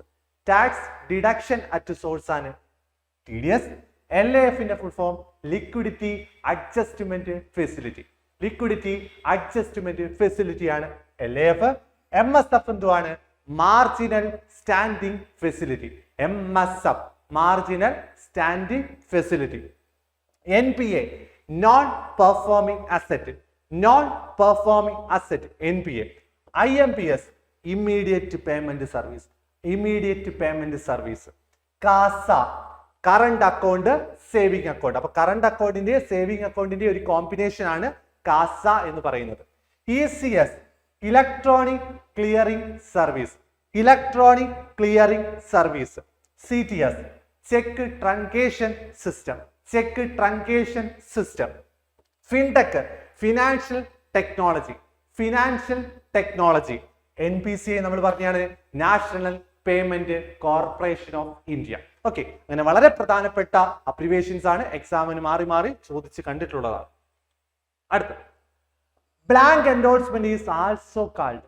Blank എൻഡോഴ്സ്മെന്റിനെ അറിയപ്പെടുന്ന മറ്റൊരു പേര്. ബ്ലാങ്ക് എൻഡോഴ്സ്മെന്റിനെ അറിയപ്പെടുന്ന മറ്റൊരു പേരാണ് ജനറൽ എൻഡോഴ്സ്മെന്റ്. പഠിച്ചു വെച്ചോണേ, ബ്ലാങ്ക് എൻഡോഴ്സ്മെന്റിനെ അറിയപ്പെടുന്ന മറ്റൊരു പേരാണ് ജനറൽ എൻഡോഴ്സ്മെന്റ്. അതേ രീതിയിൽ തന്നെ സ്പെഷ്യൽ എൻഡോഴ്സ്മെന്റിന്റെ മറ്റൊരു പേരാണ് ഫുൾ എൻഡോഴ്സ്മെന്റ്. ഓക്കെ, അപ്പോ ബ്ലാങ്ക് എൻഡോഴ്സ്മെന്റിന്റെ മറ്റൊരു പേരാണ് ജനറൽ എൻഡോഴ്സ്മെന്റ് എങ്കിൽ ഫുൾ എൻഡോഴ്സ്മെന്റിന്റെ മറ്റൊരു പേരാണ് സ്പെഷ്യൽ എൻഡോഴ്സ്മെന്റ്. നോക്കാം, എൻഡോഴ്സ്മെന്റ് എന്താണെന്ന് അറിയാം. എൻഡോഴ്സ്മെന്റ് നമ്മുടെ കയ്യിലുള്ള ഒരു നെഗോഷ്യബിൾ ഇൻസ്ട്രുമെന്റ്, അതിന്റെ ടൈറ്റിൽ ഉൾപ്പെടെ നമ്മൾ മറ്റൊരാൾക്ക് അതിന്റെ ബാക്ക് സൈഡിൽ സൈൻ ചെയ്ത് കൊടുത്ത് അതിന്റെ അധികാരം മറ്റൊരാൾക്ക് കൊടുക്കുന്നുണ്ടെങ്കിൽ ആ ഒരു രീതിയെ വിളിക്കുന്ന പേരാണ് ഈ പറയുന്ന എൻഡോഴ്സ്മെന്റ് എന്ന് പറയുന്നത്. Endorsement is the legal process of negotiation bye signing the back of the instrument. അപ്പൊ എൻഡോഴ്സ്മെന്റ് നടത്തുന്നത് എവിടാണെന്ന് വെച്ചാൽ ഇൻസ്ട്രുമെന്റിന്റെ ബാക്ക് സൈഡിലാണ്. An allowance is a sheet of paper that is attached to a negotiable instrument to provide space for additional endorsement. നമുക്ക് ഈ പറയുന്ന ഇൻസ്ട്രുമെന്റിന്റെ back സൈഡിൽ number of time നമുക്ക് endorsement നടത്താം. എത്ര തവണ വേണമെങ്കിലും നമുക്ക് എൻഡോഴ്സ്മെന്റ് നടത്താം. അങ്ങനെ എൻഡോഴ്സ്മെന്റ് നടത്തി ഒരുപാട് സൈനുകൾ സൈൻ ഇട്ട് വന്നു കഴിഞ്ഞാൽ അവിടെ എല്ലാ സ്പേസ് തീർന്നു കഴിഞ്ഞാൽ നമുക്കൊരു അഡീഷണൽ പേപ്പർ വേണമെങ്കിലും വെച്ച് നമുക്ക് എൻഡോഴ്സ്മെന്റ് നടത്താവുന്നതാണ്. അങ്ങനെ ആ ഒരു ഇൻസ്ട്രുമെന്റിൽ ഒരു അഡീഷണൽ പേപ്പർ അറ്റാച്ച് ചെയ്തുകൊണ്ട് എൻഡോഴ്സ്മെന്റ് നടത്തുവാണെങ്കിൽ ആ ഒരു അഡീഷണൽ പേപ്പറിനെ നമ്മൾ വിളിക്കുന്ന പേരാണ് അലോഞ്ച്. പുറത്തു വെച്ചോണം, allonge. The person who endorse the document. ഈ പറയുന്ന ഡോക്യുമെന്റ് ആരാണോ എൻഡോഴ്സ് ചെയ്യുന്നത് ആ വ്യക്തിക്ക് പറയുന്ന പേരാണ് എൻഡോഴ്സർ. എൻഡോഴ്സ്മെന്റ് നടത്തുന്ന വ്യക്തി എൻഡോഴ്സർ. ആർക്ക് വേണ്ടിയാണോ എൻഡോഴ്സ്മെന്റ് നടത്തുന്നത് ആ വ്യക്തിയെ വിളിക്കുന്ന പേരാണ് എൻഡോഴ്സി. പുറത്തു വെച്ചോണേ. അപ്പൊ എൻഡോഴ്സർ ബാക്ക് സൈഡിൽ ഒപ്പിട്ട് കൊടുക്കുന്ന ആള് എൻഡോഴ്സർ. ആർക്കാണോ ഇത് ഒപ്പിട്ട് കൊടുക്കുന്ന ആ വ്യക്തിയെ വിളിക്കുന്ന പേര് എൻഡോഴ്സി. ടൈപ്പ് ഓഫ് എൻഡോഴ്സ്മെന്റ് ഒന്ന് ഓർത്ത് വെച്ചോണം. ടൈപ്പ് ഓഫ് എൻഡോഴ്സ്മെന്റ് ഒന്ന് പറഞ്ഞു പോവാണ്. ജനറൽ എൻഡോഴ്സ്മെന്റ് അഥവാ blank endorsement, special endorsement or full endorsement, restrictive endorsement, conditional endorsement, partial endorsement, sans recourse endorsement, sans frais endorsement, facultative endorsement, per pro endorsement. Okay ആണല്ലോ. ഈ type, ഈ തരംതിരിവൊക്കെ ഒന്ന് ഓർത്ത് വെച്ചോണം. എൻഡോഴ്സ്മെന്റിനെ പറ്റി പറയുന്ന സെക്ഷൻ NA ആക്ടിലെ സെക്ഷൻ 15 ആണെന്നൂടെ ഓർത്ത് വെച്ചോണം. സെക്ഷൻ 15 ആണ് എൻഡോഴ്സ്മെന്റിനെ പറ്റി പറയുന്ന സെക്ഷൻ എന്ന് പറയുന്നത്. അതുപോലെ ജനറൽ എൻഡോഴ്സ്മെന്റിന്റെ മറ്റൊരു പേര് ബ്ലാങ്ക് എൻഡോഴ്സ്മെന്റ്, സ്പെഷ്യൽ എൻഡോഴ്സ്മെന്റിന്റെ മറ്റൊരു പേര് ഈ പറയുന്ന ഫുൾ എൻഡോഴ്സ്മെന്റ്. അതുപോലെ ഞാൻ പറഞ്ഞു എൻഡോഴ്സ്മെന്റ് എത്ര തവണ വേണമെങ്കിലും നടത്താം. എന്നാൽ പിന്നീട് ഒരു ഫർദർ എൻഡോഴ്സ്മെന്റിന് സ്റ്റോപ്പ് ചെയ്യുന്ന എൻഡോഴ്സ്മെന്റ് ഏതാണെന്ന് വെച്ചാൽ ഏതാണ്? Restrictive endorsement. റെസ്ട്രിക്റ്റീവ് എൻഡോഴ്സ്മെന്റ് നടത്തി കഴിഞ്ഞാൽ പിന്നീട് ആ ഒരു ഇൻസ്ട്രുമെന്റ് എൻഡോഴ്സ് ചെയ്യാൻ കഴിയില്ല. അതുപോലെ തന്നെ ഏതെങ്കിലും ഒരു ഏജന്റ് മുഖേന ഒരു എൻഡോഴ്സ്മെന്റ് നടത്തുന്നുണ്ടെങ്കിൽ, ഒരാൾക്ക് പകരക്കാരനായി നിന്നുകൊണ്ട് ഒരു ഇൻസ്ട്രുമെന്റ് എൻഡോഴ്സ് ചെയ്ത് കൊടുക്കുന്നുണ്ടെങ്കിൽ അത്തരത്തിലുള്ള എൻഡോഴ്സ്മെന്റിനെ പറയുന്ന പേരാണ് പെർപ്രോ എൻഡോഴ്സ്മെന്റ്. എന്താണ്? പെർപ്രോ എൻഡോഴ്സ്മെന്റ്. ഓക്കെ, അടുത്ത ക്വസ്റ്റ്യൻ ആണ് the chairman of state Bank of India. ഇപ്പോഴത്തെ SBIയുടെ ചെയർമാൻ ആരാണെന്ന് വെച്ചാൽ, SBIയുടെ ഇപ്പോഴത്തെ ചെയർമാൻ ആരാണെന്ന് വെച്ചാൽ CS ഷെട്ടിയാണ്. ഓക്കെ ആണല്ലോ. CS ഷെട്ടിയാണ് ഇപ്പോഴത്തെ സ്റ്റേറ്റ് ബാങ്ക് ഓഫ് ഇന്ത്യയുടെ ചെയർമാൻ എന്ന് പറയും. അതുപോലെ RBIയുടെ ഇപ്പോഴത്തെ ഗവർണർ ആരാണ്? RBIയുടെ ഇപ്പോഴത്തെ ഗവർണർ സഞ്ജയ് മൽഹോത്രയാണ്. RBIയുടെ ഇപ്പോഴത്തെ ഗവർണർ സഞ്ജയ് മൽഹോത്ര. SBIയുടെ ഇപ്പോഴത്തെ ചെയർമാൻ CS ഷെട്ടിയാണ്. സ്റ്റേറ്റ് ബാങ്ക് ഓഫ് ഇന്ത്യ നമുക്ക് നോക്കാം. SBI all India rural credit survey committee AIRCSC അതാണ് SBI റെക്കമെൻഡ് ചെയ്ത committee. 1954 State Bank of India അല്ലെ ഇമ്പീരിയൽ ബാങ്കിനെ നാഷണലൈസ് ചെയ്ത് സ്റ്റേറ്റ് ബാങ്ക് ഓഫ് ഇന്ത്യ നിലവിൽ വന്ന ഡേറ്റ് വ്യക്തമായിട്ട് പറഞ്ഞു വേണം. 1955 ജൂലൈ 1. 1955 ജൂലൈ 1 ഈ പറയുന്ന ഇമ്പീരിയൽ ബാങ്കിനെ നാഷണലൈസ് ചെയ്ത് സ്റ്റേറ്റ് ബാങ്ക് ഓഫ് ഇന്ത്യ ആയിട്ട് മാറ്റപ്പെട്ടത്. SBI എന്ന് പറയുന്നത് ഇന്ത്യയിലുള്ള ഏറ്റവും വലിയ പൊതുമേഖലാ ബാങ്ക് ആണെന്നൂടെ ഓർത്തുവെക്കുക. ഏറ്റവും കൂടുതൽ ബ്രാഞ്ചുകളുള്ള കൊമേഴ്ഷ്യൽ ബാങ്ക് ഏതാണെന്ന് ചോദിച്ചാൽ SBI തന്നെയാണ്. The bank have A largest number of ATM in India. ഇന്ത്യയിൽ ഏറ്റവും കൂടുതൽ ATM ശൃംഖലകളുള്ള ബാങ്ക് ഏതാണെന്ന് ചോദിച്ചാൽ SBI ആണ്. First Indian bank which started branch in ഇസ്രയേലും അതുപോലെ തന്നെ ചൈനയിലും ഒക്കെ ബ്രാഞ്ച് ഓപ്പൺ ചെയ്ത ബാങ്ക് ഏതാണെന്ന് ചോദിച്ചാലും ഈ പറയുന്ന SBI തന്നെയാണ്. അതുപോലെ തന്നെ SBIയുടെ ഇനിഷ്യൽ ഓതറൈസ്ഡ് ക്യാപിറ്റൽ 20 കോടിയാണ്. SBIയുടെ ആദ്യത്തെ ചെയർമാൻ എന്ന് ഓർത്തു വെച്ചോണം. SBIയുടെ ഫസ്റ്റ് ചെയർമാൻ ജോൺ മത്തായി ആണ്. SBIയുടെ ആദ്യത്തെ വുമൺ ചെയർപേഴ്സൺ ആരാണെന്ന് ചോദിച്ചാൽ അരുന്ധതി ഭട്ടാചാര്യയാണ്. അതുപോലെ SBIയുടെ ഇപ്പോഴത്തെ ചെയർമാൻ CS ഷെട്ടി. അതുപോലെ തന്നെ SBIയുടെ ആദ്യത്തെ ചെയർമാൻ ജോൺ മത്തായി ആണ്. SBIയുടെ ഹെഡ്ക്വാർട്ടേഴ്സ് സ്ഥിതി ചെയ്യുന്നത് മുംബൈയാണ്. ഓർത്തു വെച്ചോണം. SBIയുടെ ഹെഡ്ക്വാർട്ടേഴ്സ് സ്ഥിതി ചെയ്യുന്നത് മുംബൈയാണ്. SBIയുടെ പേയ്മെന്റ് ആപ്പാണ് YONO app. You only need one. യോനോയുടെ ഫുൾ ഫോം ആണ് you only need one. Okay, അങ്ങനെ വളരെ പ്രധാനപ്പെട്ട ചോദ്യങ്ങളാണ് നമ്മൾ എക്സ്പ്ലെയിൻ ചെയ്തത്. ഓക്കെ, സിലബസിൽ നിന്ന് ഒതുങ്ങിയുള്ള ടോപ്പിക്കുകൾ മാത്രമാണ് നമ്മൾ ഡിസ്കസ് ചെയ്തത്. Okay, thank you.